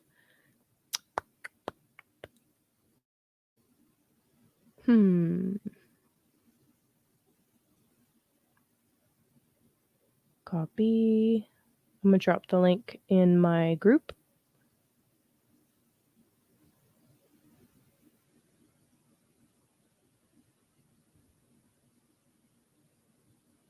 There you go. Yeah. Okay. Thanks, y'all. Alrighty. Virgo. Oh, Virgo. Okay. So Virgo, for you, my friends, Sun is now in your 7th house. So big area of topic that you'll be looking at for the next, month, is relationships. You can think of the Sun transit. Well, okay, March 7th, Saturn is moving here, and things are going to get really serious as far as relationships go. Uh, good old Saturn. Anyway, so think of this as like a nice preview of the topics that will be worked on for the next couple of years. But anyway, 7th house. Okay, he wanted to come out. Yeah, so like how okay, he wanted to come out already. I love it. I love it. Honestly, I love it when that happens when I'm not ready for the cards, but they are ready. Okay. Awesome. There you go. Thanks, ladies. Now you're in. Sweet. You're in the club. Alrighty. So anyway, Virgo. Relationships are going to be a big topic for the next few years. So enjoy this brief preview into what those topics are going to be, right? What is the main theme that's coming up for you? What kind of relationships are we talking about? It can also be like the 7th house can be any kind of one-on-one thing. Whether you are doing like some kind of counseling or consulting work, that's a 7th house thing too. So just keep that in mind. Now, Venus just moved into your 8th house. So, 2 benefics in the 8th house. That's actually fantastic. It's like they assist in canceling out the negative effects of that house. You know what I mean? Because 8th house is considered to be like the house of death, and it's like death and taxes. And I made that joke last time. It's still funny. And the occult.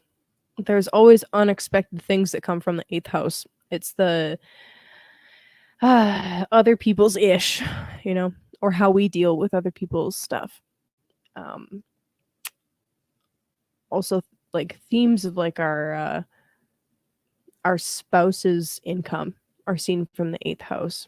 So with 2 benefics here, it could be like you're discovering all of a sudden that you married someone that is coming into a bunch of money, or they're receiving benefits. Yes, sir. House of rebirth. Rebirth with a dollar sign. Yep. Inheritances, right?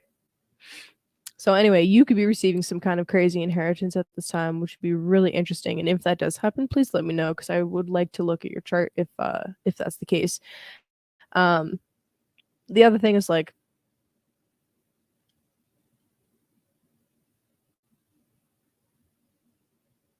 it's kind of like if there is some kind of debt that you owe, right? The 8th house can be debts.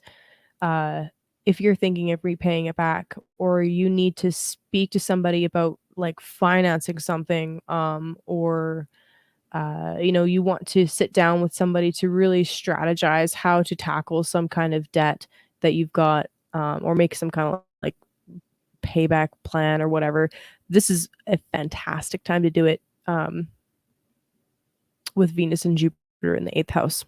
So anyway, cards really wanted to come out, so let's move to them. So Virgo, we got the Knight. Oh, one more thing, sorry, real quick. Since the 8th house is also about merging, like what's mine is yours, what's yours is mine, that kind of merging, and also an energetic karmic merging. I don't know. This is really beautiful. It's a fantastic transit. Um, for nice things to happen out of the eighth house, which is not an eighth house thing. Eighth house is not a beautiful place until the rebirth happens anyway.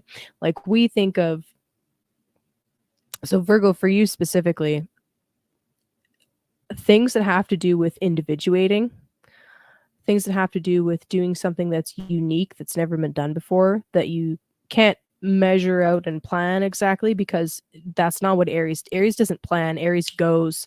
Aries is about just fucking going for it without thinking or planning. It's just jumping off. It's jumping off the cliff. That feels like death to a Virgo. Okay, that's what the eighth house is. It feels like death, but that is where your rebirth will come from. So there's something, Virgo, that, and I just dropped the fucking card.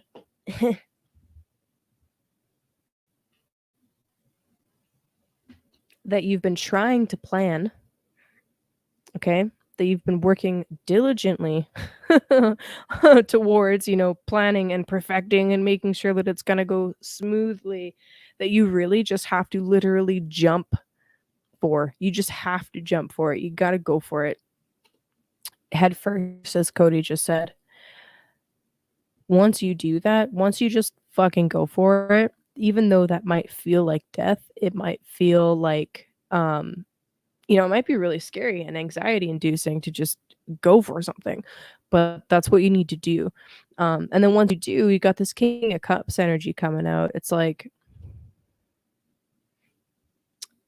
it might feel unsteady and unsafe, but as soon as you're actually through it and as soon as you've actually done it, then there's this like rock solid foundation and emotional stability and like calmness and soothing energy that washes over you afterwards. Yeah. Yeah. I hate a plan. It never works. Mhm. Mm. Yep. But I mean, there's a saying in I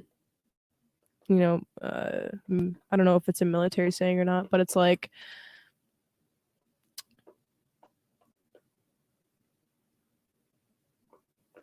okay, no, the first part is not a military saying, but anyway, the saying is like, if you don't plan, then you're planning for failure.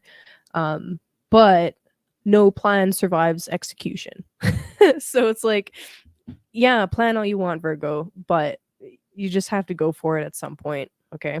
And then underneath the deck, we have death. There's that transformation. There's that eighth house transformation that I was just, hinting at. It's like whatever the Aryan activity is, it's going to feel like, it's extremely outside of your comfort zone, but you got to go for it. Send it. Just send it. Yeah. Just giving her. uh, Bunch of nerds. I love you guys. Alrighty. Oh, go boom. Leo. Leo. Leo, Leo. All right, my friends. So, Leo, sun is in your eighth house. All right. So, we're looking into the deep dark, the mysteries of life. They're sun, by the way. Let me pull up the chart. Hold on. Let me pull up the chart before I get deep into my house stuff, my house and planet stuff. You have been heard. Giving her. Yes. Yes. Yes. What are all the cards? Oh, sorry, Mercury. Mercury Mel. Knight of Swords. Okay, Knight of Swords, and then it was. Let's see if I still got him. And then it was the Fool, and then the King of Cups, and then underneath the deck, Death. Dun dun dun. Just giving her.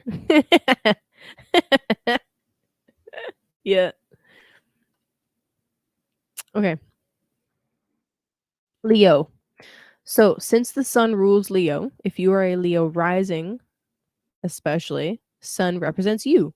Sun just moved into the eighth whole sign house, meaning that you, Leo, are focused on eighth house activities, especially, even more so.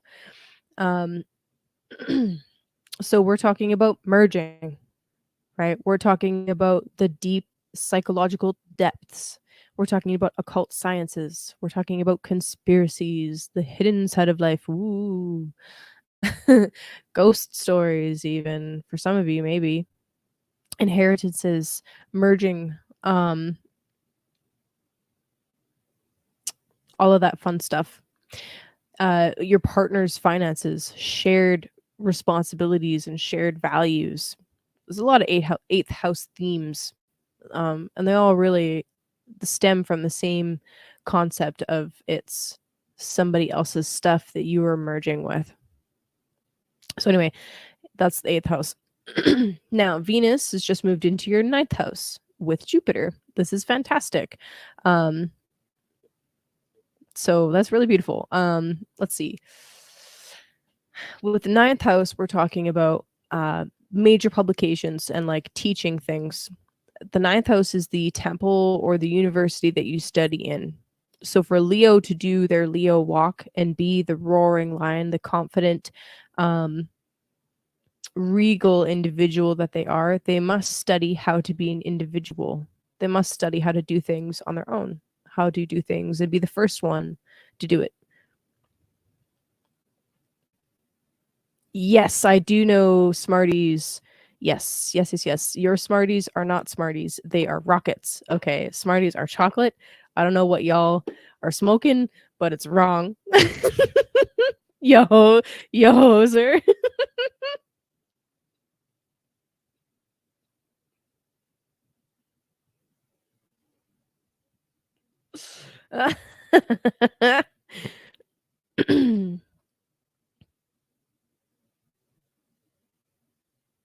Oh my gosh. Now we're just oh man.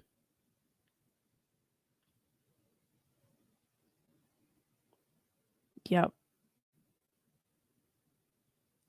Yeah, yeah, yeah, Jenny, our rockets, they call them Smarties. Like, what the fuck? What is that? What is that? Okay, so sorry. Leo, back to Leo. We're getting distracted. Oh my gosh, this always happens. Um, forgive me. So Leo, with these two benefics, right? Jupiter and Venus in the ninth house of higher education, right? This is a beautiful, beautiful time, emphasis on beauty, right? To put out some kind of work. Or perhaps you might even be meeting with a teacher that is dropping some serious gnosis, right? You're learning something that's like mind blowing. Especially if it has to do with some kind of divination practice, or especially if it has to do with yeah, actually I'm gonna stick with that. Some kind of divination practice or some kind of like something to do with religion. And it might not be like a religion that you subscribe to. It could be, it might not be, but you're really exploring that side of yourself lately and expanding into that.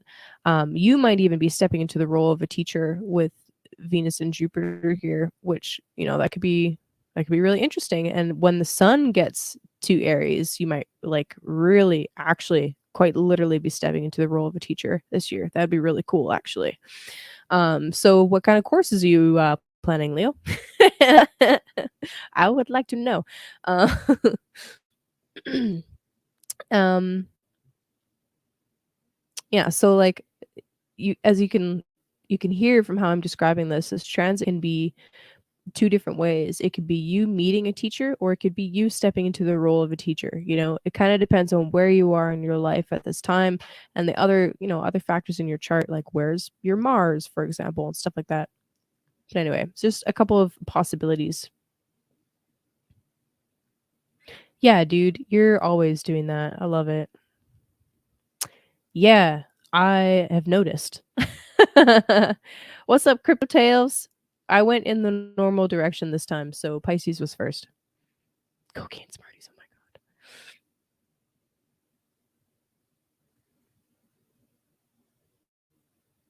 And yeah, exactly. Occult mythology, symbolism, all that. That's all ninth house stuff. Oh, yo, 33 is a magical year. That's a 10th house year. Ooh, are you ready to shine, my brother? Are you ready to shine? Happy birthday.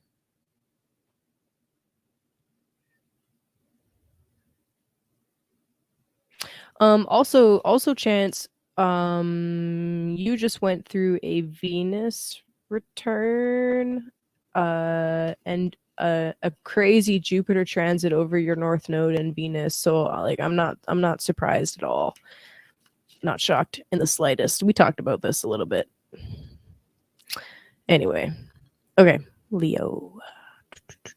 Speaking of solar stuff, nice timing.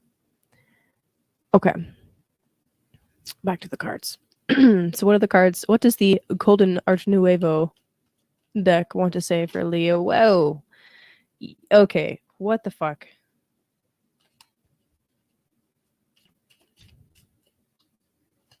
Leo. It's 22 times cooler.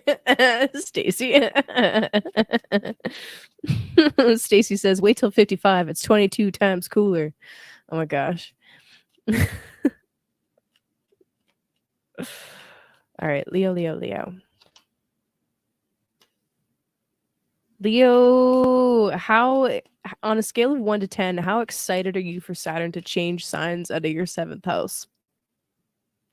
How excited are you about that? There it is. Come on. Yo, what the fuck? Okay. That's exciting, dude. Alrighty, so Leo, why did I say that about Aquarius about Saturn and Aquarius? Well, we got the star. Boom. Stepping into the spotlight.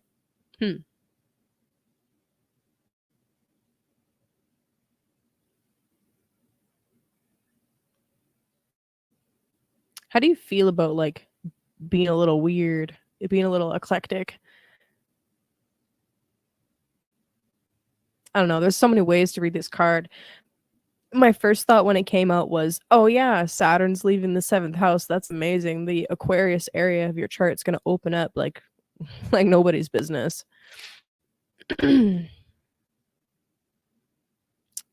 Hello, Jasmine, and welcome. Scholar Daddy. Hell yeah, dude.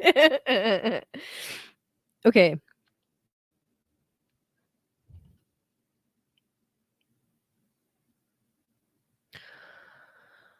Leo, make a wish. What are your long-term hopes, dreams, and wishes right now? Right? Where do you see yourself in 10 years? This kind of like a Jupiter Venus transit through the 9th house is honestly really fantastic. I really want you to embrace this energy. It's going to propel you to new heights, right? And then we also have the 6 of Swords that came out. What's up, Roman? Roman, I need a new song, Roman. It's time, my dude. Okay, anyway. 6 of Swords, where are you headed with this? Where do you want to go with this? It's time to do a little bit of careful planning. Um, try to figure out what the different variables are for those long-term goals. What do you actually need? And then also something that I failed to mention previously with this card that's popping into my mind now is there's a ferryman in this picture. Yes, sir. We do need a new Moon Mysteries episode. We'll get there. There's a ferryman in this picture. There's this kind of like this idea of somebody stepping in to assist you, some kind of like guide or yeah, some kind of guide that's stepping in to literally help you. Um ferry you across some kind of troubling waters into something more, maybe in line with what you want, or with what spirit wants for you rather. And then we got the devil card. So you got star and the devil. Interesting. So y'all know I'm going to drop some of my favorite words.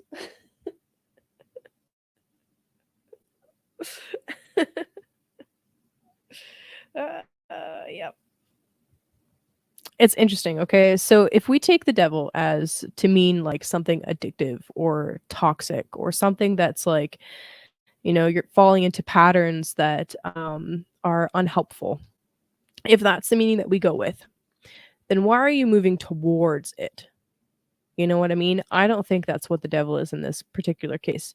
I think that this is you moving towards being more responsible, being more mature about, how you conduct yourself. Um, Planning more carefully, especially with your physical 3D reality, right? Capricorn and Saturn deal with the physical 3D reality. Um, yes, we sun is in Pisces right now. We just had this beautiful Venus in Pisces transit of like all this dreamy, artistic, nebulous, spiritual energy. But Saturn's coming in there on the 7th of March, right? Uh, we've been in La La Land, right? I think the devil card coming out right now is this is a call for you to move towards taking care of things in the physical that are, that need your attention. Um this is about stepping into your own being your own father figure, right? It's like if you didn't have a healthy father figure, um then this is like healing that aspect of the self. And what does a good father do? A good father, you know what? I just had this conversation not that fucking long ago. if I'm, when I was a teenager, okay, finishing high school, if my dad had been around, if I'm not in school, I'm working. And if I don't have a job, finding a job is my fucking job. Okay? That's how my dad was. It's like, no, no, no, no, no, no, no, no, no, no, no, no. Pull up your fucking socks. Okay. I don't know. Maybe you needed to hear that, Leo. I don't know. Maybe you didn't. But anyway, underneath the deck, we also got the Four of Swords underneath. So this implies that you're actually doing a ton of research at the moment. There might even be something that you need to like take a pause or take a step back from just a little bit. And it could actually just be in order to move that energy and channel it somewhere else for a little bit.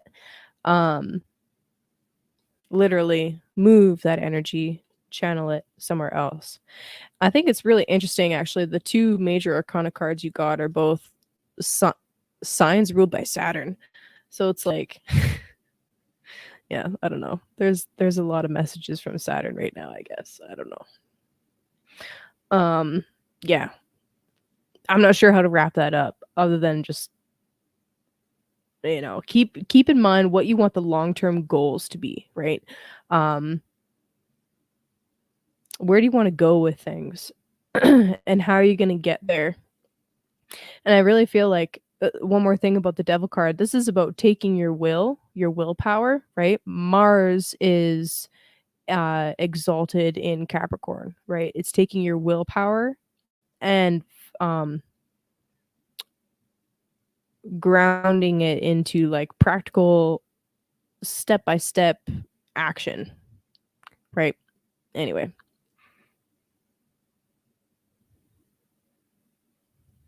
2 6s, eh? Well, a 15 and a 6. Okay. Anyway. Do do do do do do.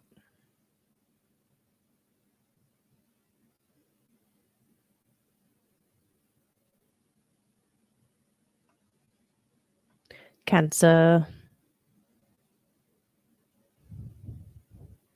Force words. Use the force. Okay, Cancer. So, Sun just moved into Pisces. This for you is your ninth house. So, similar to how I was just telling Leo, like, hey, uh, there's something that you're really studying or learning at this time that is, you know, mm, For you though, Pisces is your ninth house. So it's like, okay, let me bring up the map for you guys, okay? Like this will help. Cancer.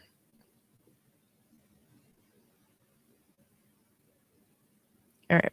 Okay, so Cancer first house, right? Ninth house Pisces. So, by the way, Sun rejoices in the ninth house. This is an excellent transit this month for you, okay, Cancer? Really beautiful. Um, so as the sun's moving through this ninth house here, like what are you learning? In order for Cancer to do the Cancer map, in order for Cancer to nurture and create safe places and be the leader of a family, whatever that family looks like, right? It doesn't have to be blood family. Families and tribes come in all shapes, sizes, and orientations. Uh, a family can be a team. A family can be literally a tribe. A family can be a gang, right? Cancer is multifaceted, just like every other sign. It's not just mama. Okay, so anyway, in order for Cancer to do that, they must study in the house of Pisces. They must study compassion. They must study forgiveness. They must study what are some other really good Pisces words? How to heal. How to heal and how to feel. Fascinating, isn't it? Okay, so anyway, um so yeah, that's lovely. Those will be big topics for you while the sun is moving through here. What are you learning? It could also be like literally religious study with especially with Pisces on the ninth. Um yeah. I know everybody here live anyway is aware that like Christianity is a very Piscean religion, but maybe not everybody is. It's weird because it's super dogmatic and like Saturnian, but it's like symbolized by fishes and shit. Anyway, I don't know. We don't need to get into that. So anyway, Venus moving into Aries. This is fantastic. This is your 10th house. So Cancer, what are you doing for your career right now? Right? This is the 10th house. Boop boop boop boop. With Jupiter and Venus in the 10th for the next little bit. Damn, that's fantastic. So if you are wanting to pursue some kind of promotion, some kind of thing where you take on more responsibilities, that's a 10th house theme. Especially if it's like in the area of your job or your career. If you want to step into a position of authority, you look really good right now, so do it. If you are the kind of person that's putting out anything online, I mean, publishing is more ninth house, but how you're perceived by the public is 10th house. You look good right now, okay? You look good, so put it out, do it. Um, don't be afraid. Launch that project, launch that thing.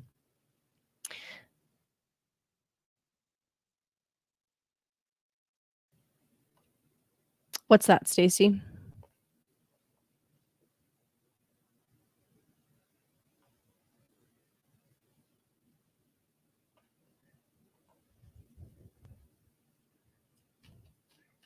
Miss friggin' triple Cancer over here.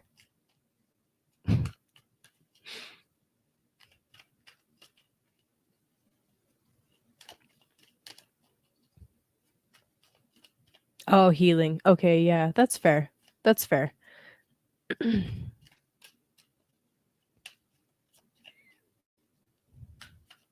For those of you that don't know Stacy, I mean, the people that are active in the chat, they know who Stacy is, but for anybody else, Stacy is like the classic like group mama. And she's like a friggin' Cancer high priestess, man. Cancerian high priestess for sure. All right. What does Cancer need to hear right now? Whoa, whoa. I'm getting some similar cards as other signs. There's a big theme playing out in quite a few of the readings, actually. There it is. Oh, there it is. Okay, seriously, what the? That's getting weird. Uh, what? All right. Well, you're a friggin' sweetheart. All right, so Cancer. again, 2 5s. 2 5s. So change is afoot. We got the 5 of Wands. All right. 5 of Wands, some kind of competition, some kind of you know, it's like it can be something that's fun, but I don't see fun here. The rest of the cards aren't spelling out fun for me. So it's some kind of competition, some kind of heated debate or heated battle. It's like everybody's coming in big dicks swinging, huge egos. And maybe that's you too. I don't know. It could be actually, maybe you're caught up. Maybe like you're caught up with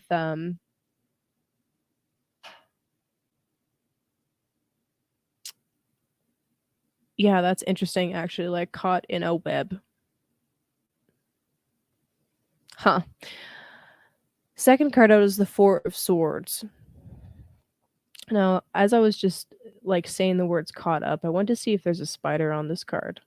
Because in some decks there is, but not on this one. But anyway, I got spiders on the brain, clearly. But anyway, so big kind of ego battle, some kind of competition's going down, whether it's you vying for some kind of a position with that Jupiter and Venus in the 10th house, you're more likely to get it than not. Just saying. No, Kazemi is a very quick transit, Gabe.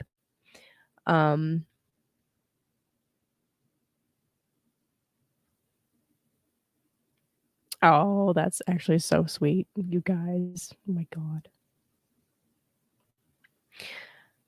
Anyway, vying for some kind of a position, but then the 4 of Swords comes out because it's kind of that's like advice to rest.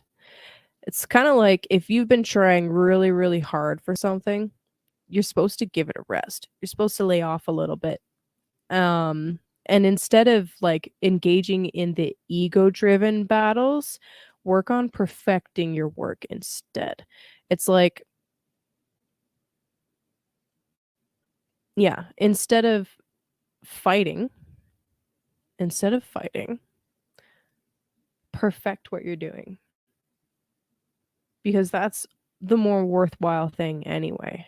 It's like the people that need to see the people need to see it, the people that you want to actually see it will see the efforts that you're putting in, the diligence that you're putting in, as long as you continue to work at it, whatever that is. And then immediately after that, we got the 5 of Cups. So you see what I mean? There's a lot of repeated cards going on here, right? The 5 of Wands, the 4 of Swords, the 8 of Pentacles, and the 5 of Cups are all things that somebody else has previously pulled in another. And I'm shuffling, okay? But anyway, 5 of Cups. This is release and surrender of something, letting go, finally shedding something, finally like letting go of something that's been a huge weight. Like right now, my middle back hurts. It's kind of like something that has been seriously affecting your willpower or seriously affecting your confidence is finally like being drained away and gotten rid of. And it's so interesting. In this particular card, they used browns. It's like the liquid that was in most of those cups was muddy and dirty anyway. It's like you didn't want to drink it. Fuck it. Kick it over. Start anew. And then underneath the deck, okay, Cancer, this is what you're working on right now. All right. The underlying energy is the freaking 9 of Pentacles. That's beautiful. This is how you look to people in positions of authority right now. Okay. That's how you look, especially if you don't get pulled into petty squabbles, right? So avoid the petty squabbles, keep doing whatever, background research is necessary, and really diligently keep working at, your craft, at perfecting your craft. The shit that doesn't matter, that was gross anyway, that you didn't want to deal with, will be drained away. Allow that to drain away. Grieve its passing. And then revel in the fact that you look like that. Okay? Boom. What's up, Carrie?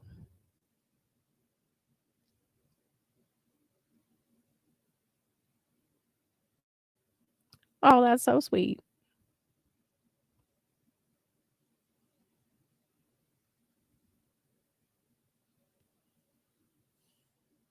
Beautiful. All right.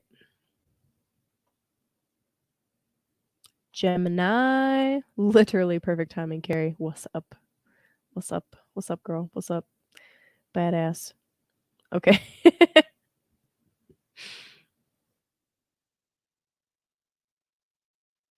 So to continue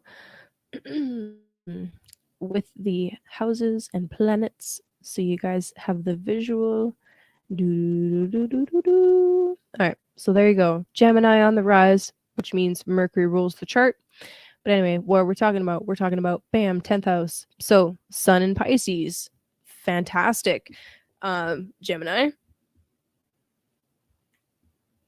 this is a great month for you to be dealing with authority figures of all types, or to really just step into, uh, you know, a position of authority, right? Sun in the 10th house is we're focusing on our obligations. Um, it can also be talking about like real side note here. Um, yeah, I don't know if I should say that. You could be the 10th and the 4th house also deal with our parents. Modern astrology says that this is mom, 4th house, and this is dad, 10th house. Traditional astrology actually has it flipped. The reason being mom was the visible one because you know what womb you came from, but you didn't necessarily know who the sperm donor was. So the sperm donor, the father, was hidden in the 4th house, and the 10th house was mom. We've flipped it now because of the adherence to the natural zodiac, where Aries is first. So Cancer is fourth, therefore Cancer is mom, therefore fourth is mom. But traditional astrologers didn't see it that way; it was flipped. So anyway, just kind of side note. um, anyway, so Sun moving into the 10th house for you, Gemini, is like is shining a light literally on your career, on your obligations, but also maybe it's literally just because we're talking about kids and that kind of stuff in the chat. It might be a good opportunity if you need to reach out to a parent or parental figure or someone that has felt like a guardian to you, then it's a good time to reach out. Anyway, so Venus has now moved into the 11th house. This, by the way, is the house that Jupiter loves the most, the 11th house. So Jupiter rejoices in the 11th. So that's a fantastic transit for you until May when Jupiter moves into Taurus. Venus here is just like double the bounty. The 11th house has to do with our long-term hopes and dreams and wishes, right? It has to do with our wider social network, but it also has to do with like rewards, promotions.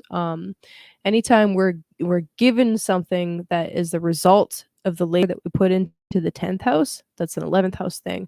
So a bonus, right? Bonus checks.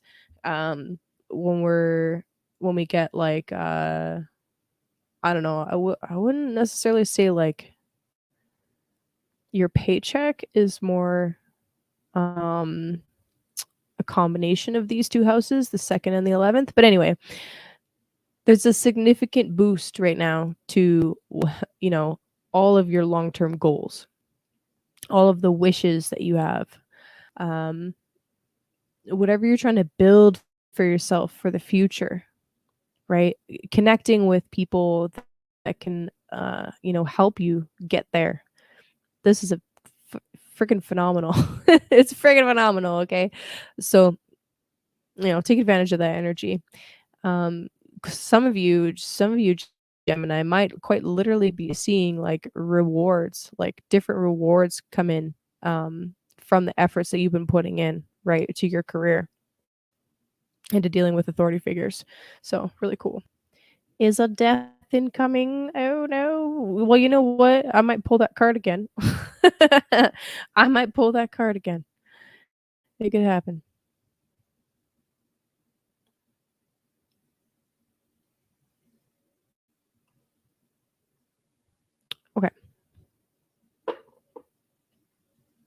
And no, I would never suggest that um without serious study of a person's chart, but also I would never suggest that in a reading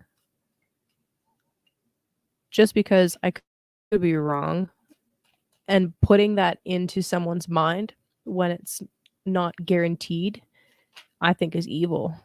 Um it's like it's adding anxiety and stress that's unnecessary. Um and can actually manifest the thing that you're worried about. So, mm, even if that were the case, I would never say it. Um, but yeah, no, it's just a good time to check in with parents. Mm. I'm thinking about my mama. Okay, but anyway, so first card out of the gate, Gemini is the Ace of Wands. Hell yes, I feel like Gemini needs this. Okay, I feel like Gemini needs this. This is Mars in your first house moving forward at full speed ahead, okay? Yeah, baby. This is your willpower, okay? Take that willpower. What are you doing with it? Um extremely fantastic time to literally okay, oh my god, I have to pull the chart back up. Check it out, y'all, okay? This is why this is fucking awesome. So you have the two most benefic planets, okay, in Aries, right? So this is freaking fantastic. Um, Jupiter expands all of the things, and Venus makes everything beautiful and nice. As I've said in previously, Jupiter is the guru, the teacher, the scholar daddy, and Venus is the counselor. Okay, Venus was considered in Vedic astrology, or is considered in Vedic astrology, the counselor to the demons, i.e., the night sect. Um, and Jupiter is called Guru. So anyway, these two together, I mean, they're not traditionally the best of friends necessarily, but they're still both positive influences in the 11th house in Aries. Aries is ruled by Mars. Mars is in your first house, meaning that you're taking action right now. Action is Mars in the first house, physically, that's you taking action on all of your long-term hopes, dreams, wishes, etc. You are the instrument here. You are the Ace of Wands here that is going to be the one that takes these dreams and wishes and makes them a reality. So, this literally, you got to do it. Gemini, it has to be you. You have to do it.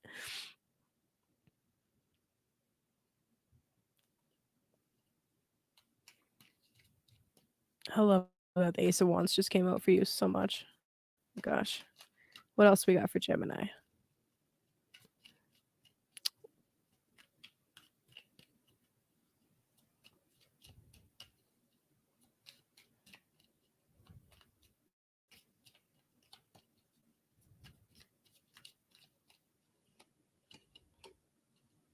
Nice.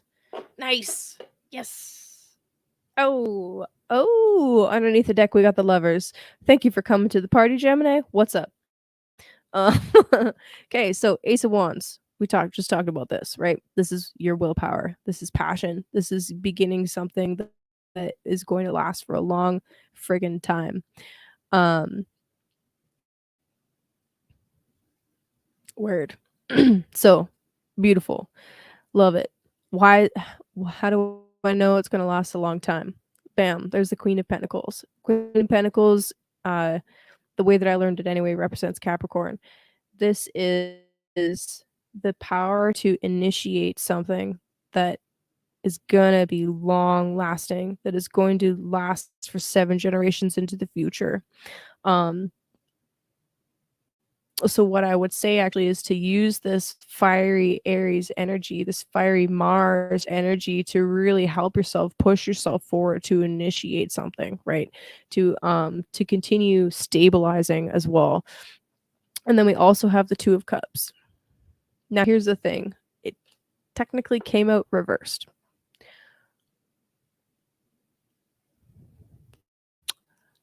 I think that this is about focusing on yourself for a little bit. focusing on what you want. What are your goals, right? We're talking about Sun in the 10th house, you're stepping into a position of authority. Venus and Jupiter in the 11th house,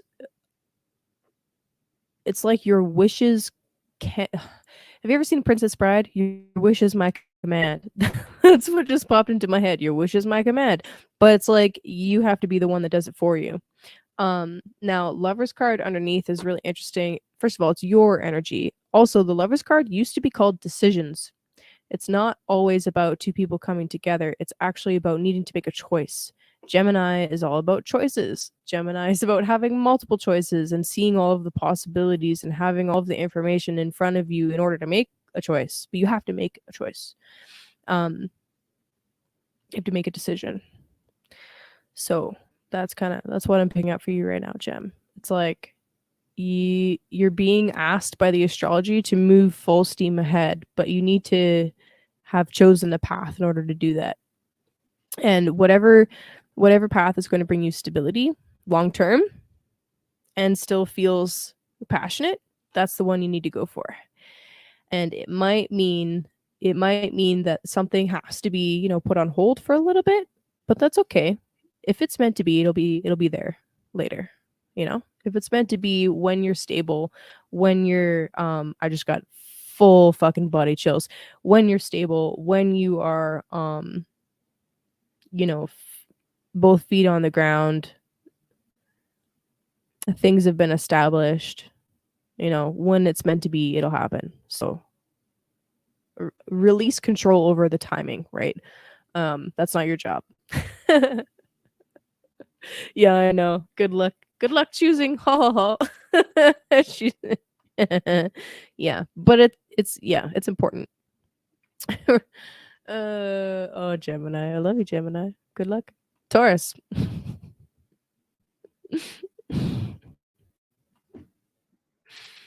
Oh man.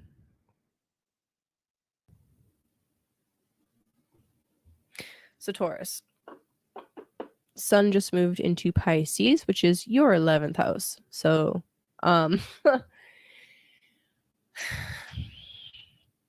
this month you're setting yourself up to accomplish some of your long-term goals, right? That is what the Sun moving into the 11th is going to do for you. Now, keep in mind, March 7th, Saturn moves here as well, and it'll be time to get to work on what the dream is, right? Whatever the dream is, Saturn's going to make you do the work for it.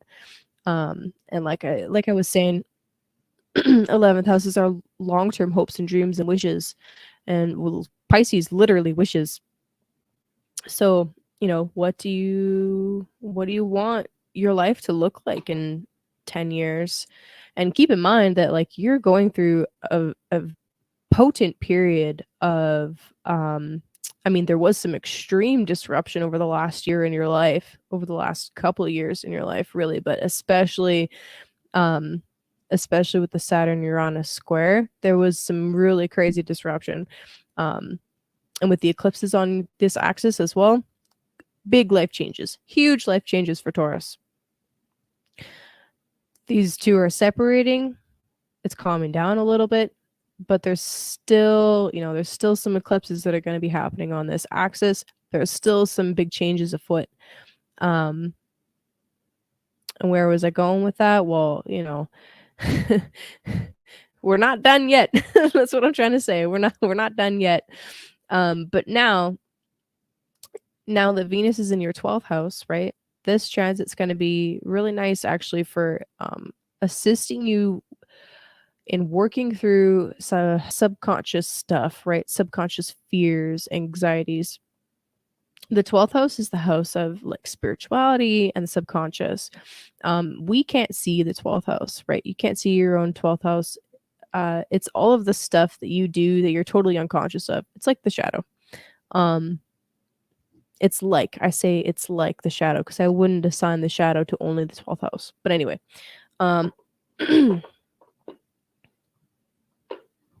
Venus here with Jupiter, very protective energy, right? Now, Venus is you, right? You're the other sign that Venus rules, right? Taurus. So this is quite literally you in the 12th house. So what does that mean when the chart significator, when the chart ruler, when your ruling planet or your steersman is in the 12th? Well, you are diving more into spirituality. You are spending a little bit more time in isolation, releasing things, letting go of things, surrendering. It would be totally normal if you feel a little bit sleepier while Venus is going through this 12th house here. It might be just that, you need to take a little bit more time to recharge yourself, right? Spend a bit more time in some kind of moving meditation. Aries is not a sit down meditation type of sign. It's a moving meditation, right? Like, for a Taurus rising, I would say like you need something like Tai Chi or Qigong, or like literally something where you're actively moving your body but still meditating in some way, right? That's the kind of shit that I would say specifically for Taurus. And like, since Taurus is a very stationary sign anyway, is more beneficial to be moving anyway. You might actually be experiencing some really interesting dream work stuff, right? Like, if you are somebody that likes lucid dreaming, or you're generally an active dreamer, expect that to increase. Um, yeah, that's why I got to say about that. Oh, Tarot Destroyer's back, man. Oh, that's so funny. Oh man.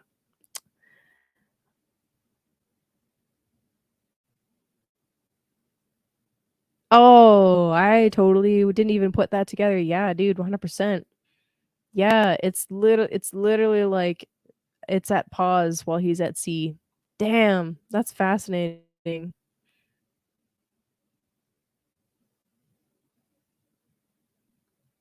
Triple Earth, yo, that's crazy. Yeah. And I mean, so it's really interesting.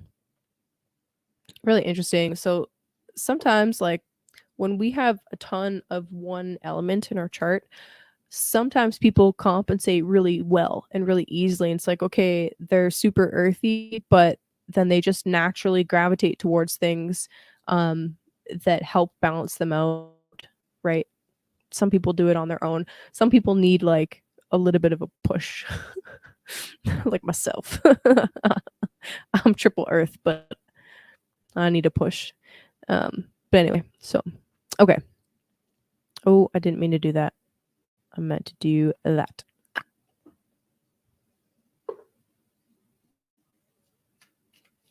JLo, do you not dream? Okay, one sec. Just want to double check. Didn't mess up my cards here. Do do do do do do. Taurus. It's all about being in the body, Taurus, for you. It's all about embracing the five senses. But with Venus in the 12th house, it's like you're going to be exploring more than just your five senses. You know what I mean? That could be kind of upsetting, or disorienting is probably the right word, actually. Disorienting to. One sec.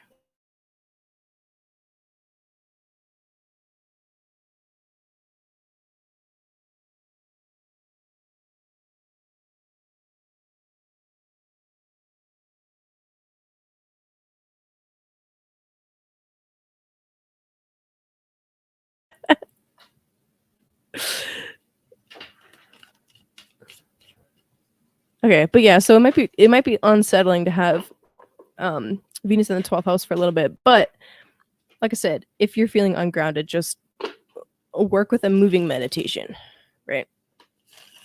And that's how you can get yourself back into your body. Okay.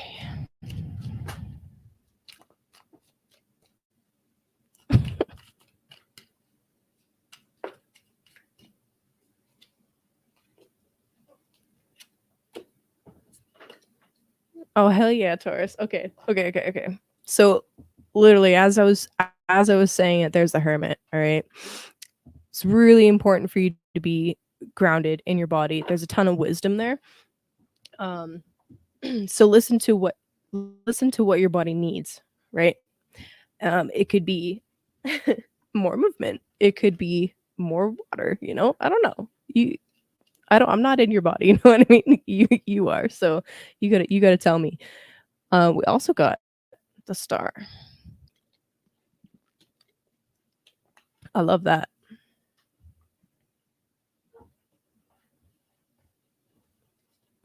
And then the 7 of swords. Okay. So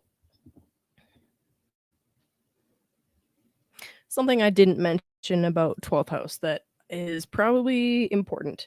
Somebody was asking me about 12th house stuff just the other day, actually. Andy, you might still be here. But anyway, 12th house. I don't like talking about this side of it, but I guess it just came up in the cards, so I have to. So the 12th house is about the hidden side of life, right? We got spirituality is a big theme there. We have loss. Okay. Why loss? Um Somebody mentioned that they've heard that with 12th house placements, there's a danger of deception and stuff. Well, why? The 12th house is considered to be the result of your enemy's actions.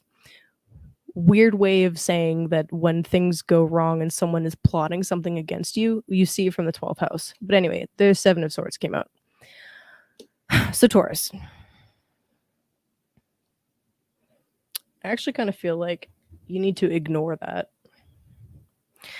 It's like there's bigger things that you're working on, right?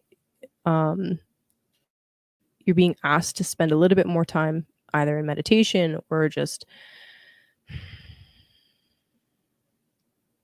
in isolation, doing research, doing something that's, you know, it's not outwardly focused. It's not focused on like being in social groups or being in, which is weird because the sun is in your 11th house. So there is that energy there in the chart, but it's like you need to balance out the two of working towards your wishes, your goals, your dreams, but also spending more time by yourself.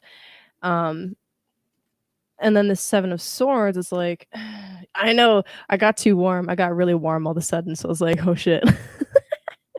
And then with the 7 of swords coming out, it's like there's either something that you're being extremely clever about that you know make me nervous. It's like I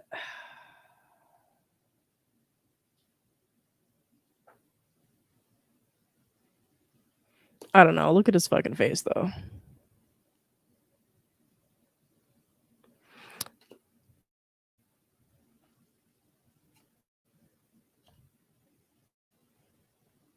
You have these two super beautiful cards, and then the 7 of swords comes out. It's like, why? It doesn't even make any sense. But I guess, yeah, I know exactly. I guess that's why. I mean, that's the nature of the 12th house. It comes from out of nowhere. It's like you don't see it coming. You're doing your own thing. You're deep in research. You're working on your long term goals, and then bam, something comes out of nowhere. But I don't know. What I can, yeah, I guess. Sorry, J Lo. Sorry, not sorry.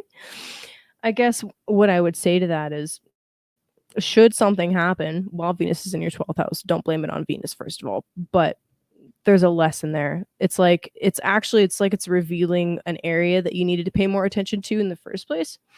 Um, and it's getting you out of your comfort zone. Underneath the deck, we got the 4 of Cups. So 4 of Cups comes out often, I see, when we're being too complacent. It's like we're too comfortable. We are too comfortable. It's too easy, and something has to come in to shake us up. So that's what that is. All right. Aries.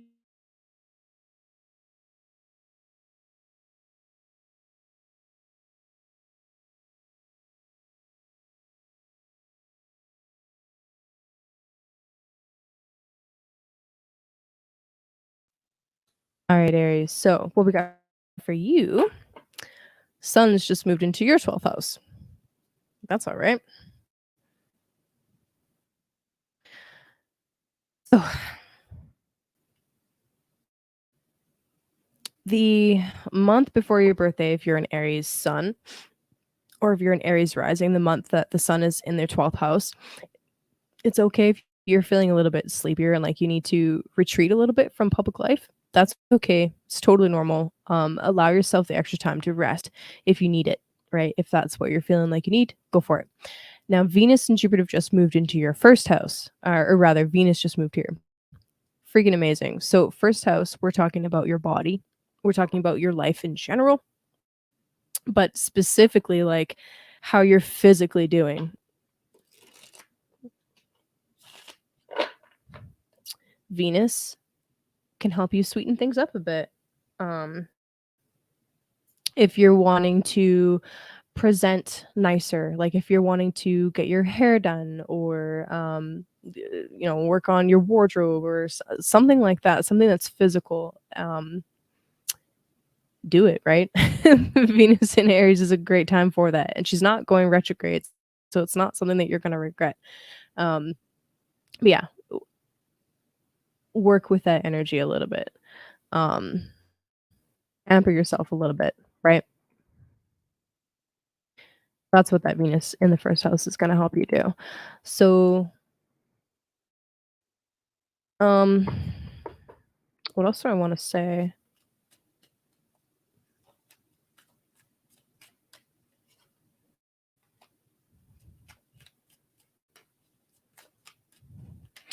Yeah, while the sun is in your 12th, especially with your 12th being Pisces, definitely be paying attention to your dreams. Definitely be keeping like some kind of dream journal, and watch out for like extra synchronicities.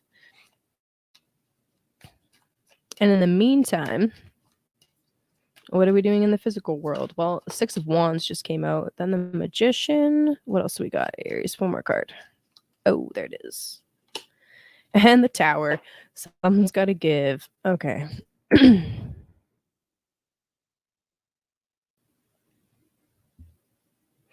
Okay, so that's really cool.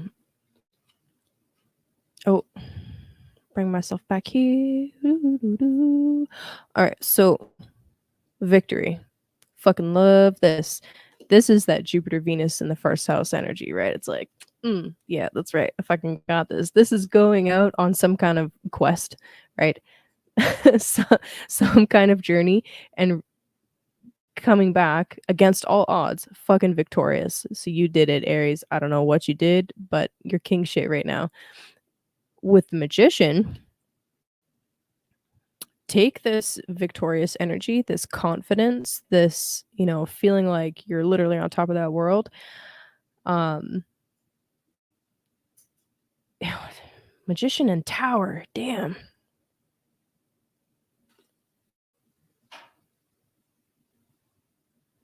You're taking this energy and channeling it literally into changing something very physical. It might cause a major disruption. It might be disruptive, but that's kind of the Aries jam. Like this is actually a card of Mars, and it is about well, actually, just gonna put this out there. Um, the Mars energy in the Tower card is an ejaculative force. It can be anyway. And then you got the Magician. There's a lot of masculine energy in this reading right off the bat. So there's some kind of skill that you've been honing, right? That's the Magician card. The ability to take multiple tools from multiple different areas, mastering each of them, and then using those tools, using the energy that's around you, and orienting your physical reality to match your desires, your willpower. That's the Magician. Now, I would just say be cautious. Be cautious, because it's like it's a major success. It's such a huge success that it might be more successful than what you bargained for. It's kind of like be careful what you wish for. Damn. And then underneath the deck, we got Justice. Bum, ba, da, ba.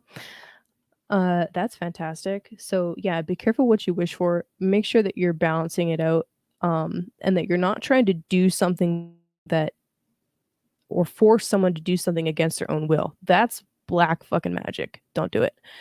Um,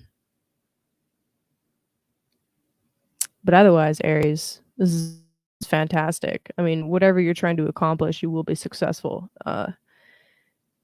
And there might be some people that are not happy about that.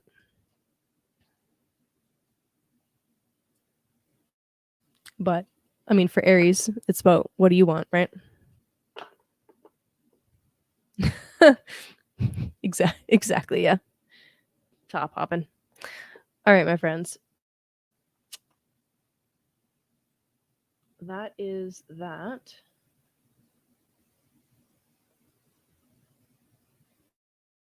I'm just gonna open up my email real quick.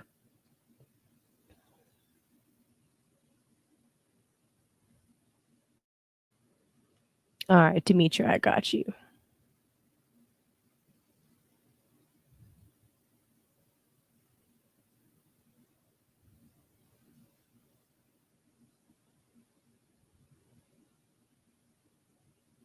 Mm. Oh, thank you. Thank you so much. Yeah, I can answer that question. Okay, so what do we got? Okay, so she says astrology lesson question. Don't know how to word it because I don't know what I don't know. And yes, I do know. Okay. Assume everyone has the same number of houses. Yes, everyone has 12 houses. Also assume that all signs and houses have some influence on your chart. Yes, also correct. Even if none of the planets were in the sign or house at the time of birth. Also correct. Yes. So if all planets are only in 5 signs and 6 houses when you were born, how do you know what influences the houses not charted? Okay. And what influence any of the empty houses? Yes. Okay. So I'll give you an example. Take today's chart and let's actually put it back to the current moment. And we'll use the moment of right now to show you what's going on. Okay, perfect. What did it do? Placidus. Okay. All right. So right now where I'm at, Libra is rising, right? So we have no houses in Libra, but the ascendant's in Libra. Venus is in Aries, right? And then the house cusps are kind of like all over the place, right? So we have no planets in Scorpio, no planets in Sag, no Pluto in Cap, right? No planets in Virgo, nothing in Leo, nothing in Cancer, but like everything's over here.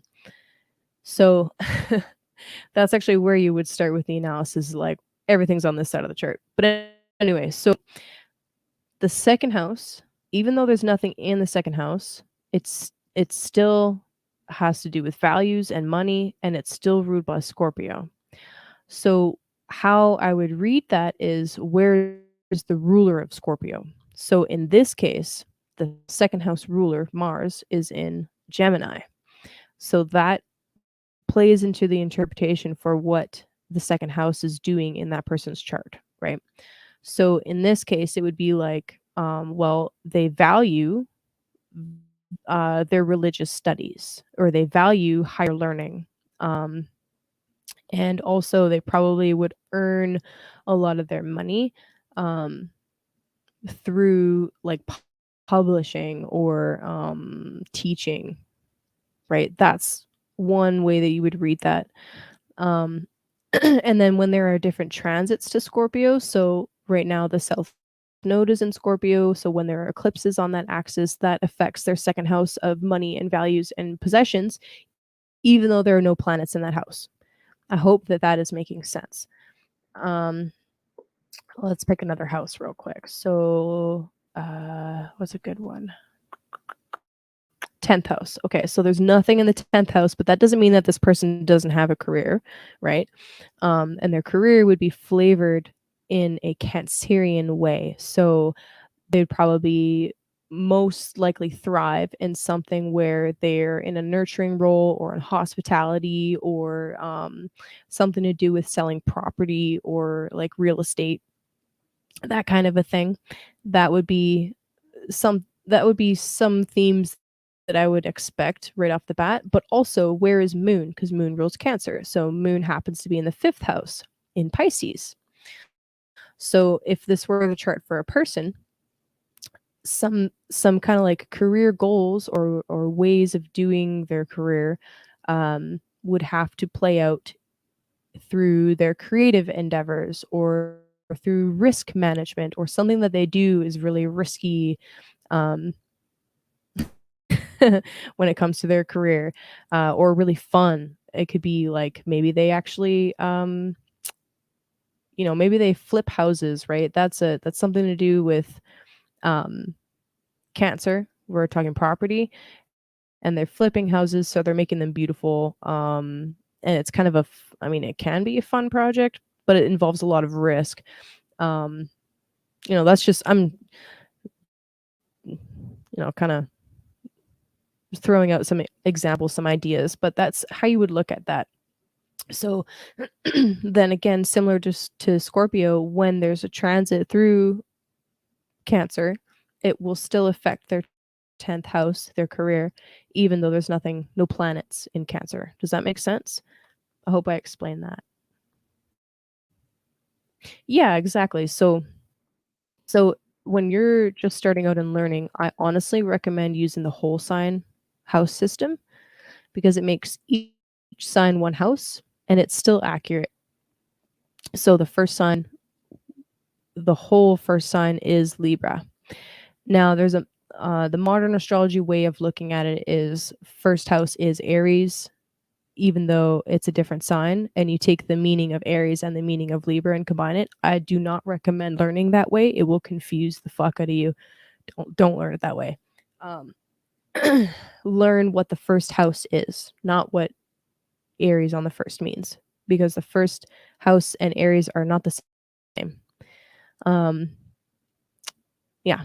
So for you, actually, since you're Sag rising, Sag would be your first house. So Sagittarius is the first house. Sagittarius describes your body, your path in life, and what you're learning most to embody in this lifetime, right?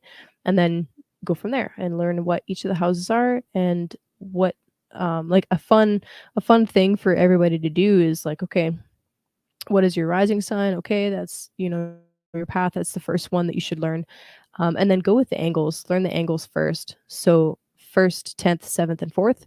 So what is your 10th house? What sign is on the 10th house, and what does that mean for the kind of career that is best suited for you, and how you face obligations, and also how you're like seen by society. And then 7th house, what kind of partnership do you need? What kind of marriage partner is best suited for you, and also like it'll flavor your business dealings. And then 4th house, what's your home life like? And like I said earlier, 4th and 10th are also your parents. So traditionally speaking, mom is 10th house and dad is 4th house. Modern astrology flips it. I recommend testing out both and just seeing what one fits, what one actually fits you.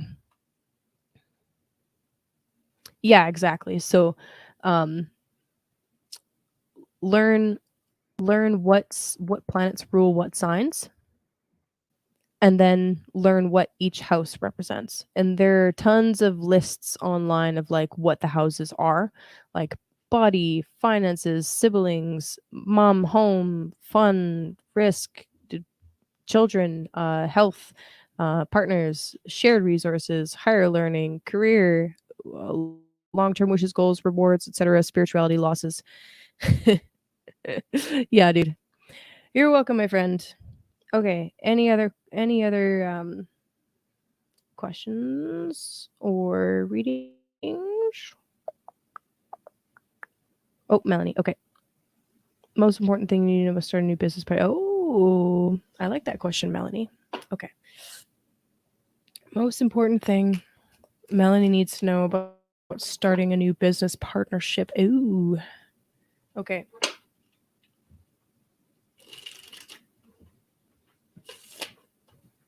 Let me pull this down.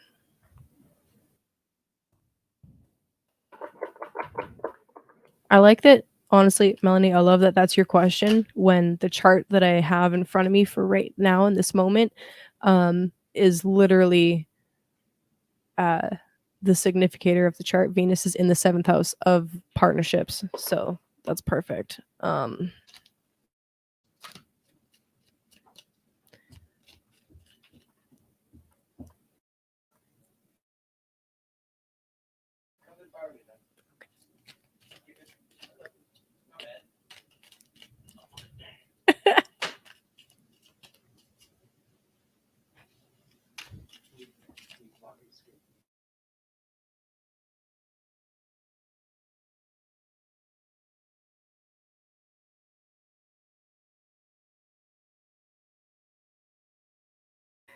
Distractions.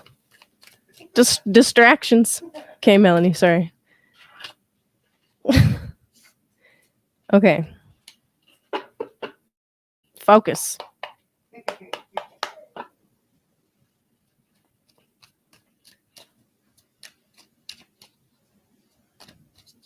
What is get the fuck out.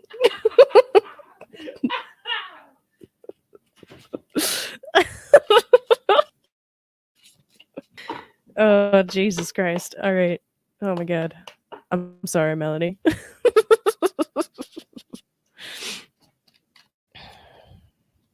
Okay. What's the most important thing for Melody to consider for for business?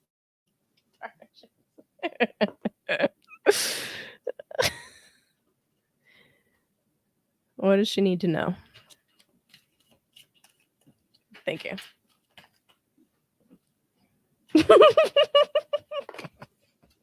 Well, you got more than one card, okay? That's just what happened. Oh my god, fucking 5 cards.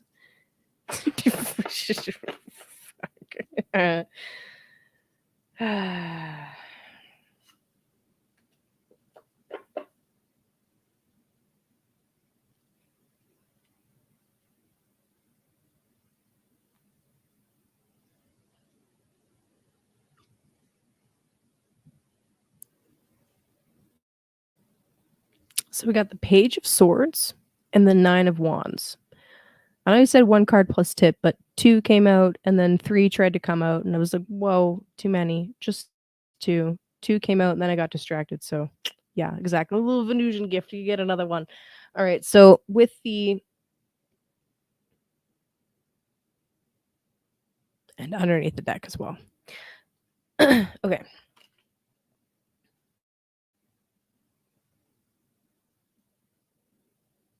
So I'd like you to clarify your question just a little bit. Is it specifically about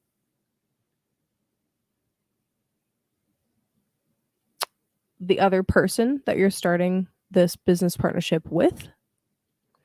Or in selecting a specific business partner? No, you already know who it is.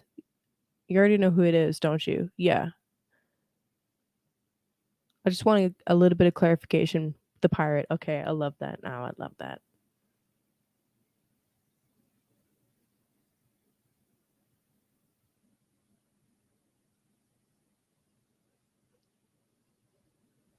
Me hearty. Surrender the booty. I fucking love that. Alrighty, so 2 cards that came out, right? We got the Page of Swords and the 9 of Wands. The Page of Swords is like, well, we are starting a new partnership, aren't we? Right? So this reflects that newness, like a new contract being signed. And actually, that's my number one recommendation right out the gate is make sure that even though no matter what kind of business partnership you're starting and no matter with whom, especially if it's someone that you have emotional feelings for, have a contract, not just a handshake. Have a contract, have it written down. Even if it feels like that might be awkward to negotiate and it might be like, is this really necessary? Like, don't you love me? Or like, doesn't matter. Have a contract. Especially with your Virgo rising, aren't you? Especially with Saturn about to move into your 7th house. You need to be serious and mature about the framework of the contract, right? Make sure that it is solid, um, so that everybody knows their roles and so that, there's no hurt feelings even possible because you've got a framework to follow. And then with the 9 of Wands coming out, I actually really like that. This is the Lord of Great Strength. This is about pushing through no matter what the circumstances. Yes, perfect. Exactly. And you know what? This could actually be reflecting him and his burned feelings. Um yeah, and it like honestly that's the mature way that we should be going about doing business anyway. Is contract. Um okay, so anyway, so actually yeah, look at that guy's face. Look at that guy's face. He's like begrudgingly like, "Oh my god, all right, fine." But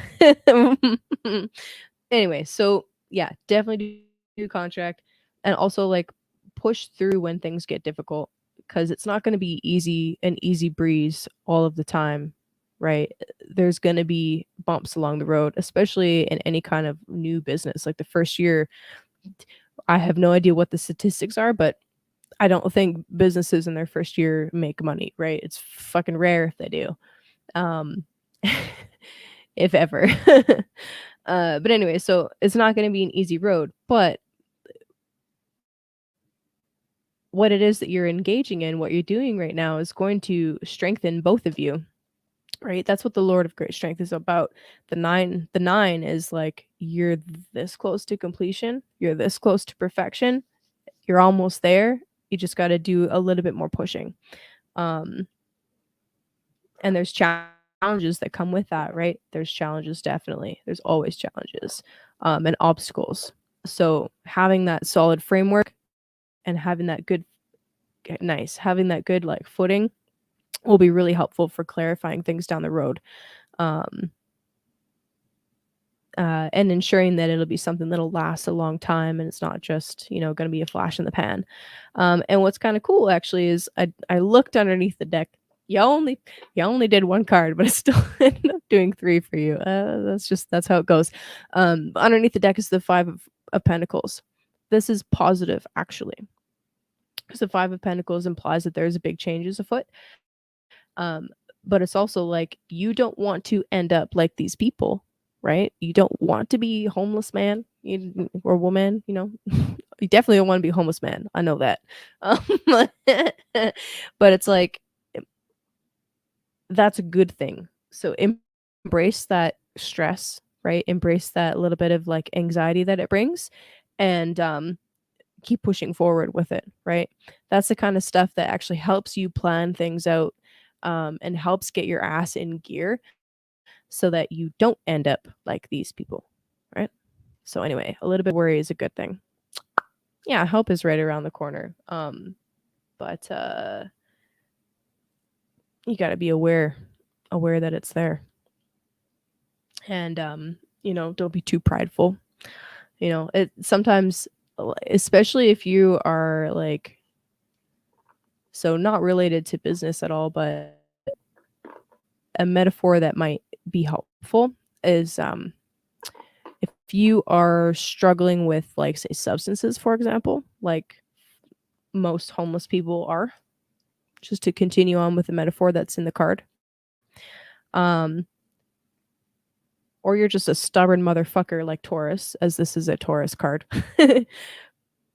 Accepting help, especially from a place that you really strongly dislike or have like moral qualms against can be really difficult. Or if you're too prideful, it can be really difficult.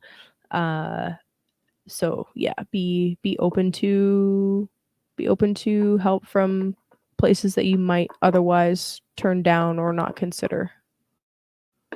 Like I'm also thinking about how I don't know how it is in the States at all, but there's different like subsidies and programs and different things that like new businesses can take advantage of in Canada anyway, especially women owned businesses. Like I don't like the woke stuff, but you can still take advantage of the woke stuff in order to like help yourself forward, right? It's kind of like the system might be bullshit, but while you're existing in the system, why not take advantage of the things that are there for you? Um, you know what I mean? And like I struggle with that personally, but it's there to be used. So anyway, yeah, that's what I got for you, my dear. I hope that was helpful. All right. I'm gonna check my email.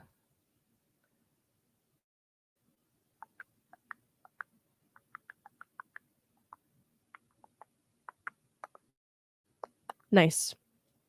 Taking advantage of the systems that are there part is, yeah, like personally, like this card hits home for me really hard. It's actually my sun placement, interestingly enough. But yeah, it's like there's so many different programs here that are government funded, and I hate that. But at the same time, like, why struggle more than I need to if I've already paid the taxes and I've already like paid into the system for this many years? Why not take advantage of what's there for me? Um, and not let my pride get in the way. So yeah, dude, grants, all that stuff. Hell yeah. Yeah. Okay. All right, my friends. I'm gonna check my email one more time. And if there's nothing there, then that's okay. And I love you all very dearly. Perfect. Yep. I love you guys.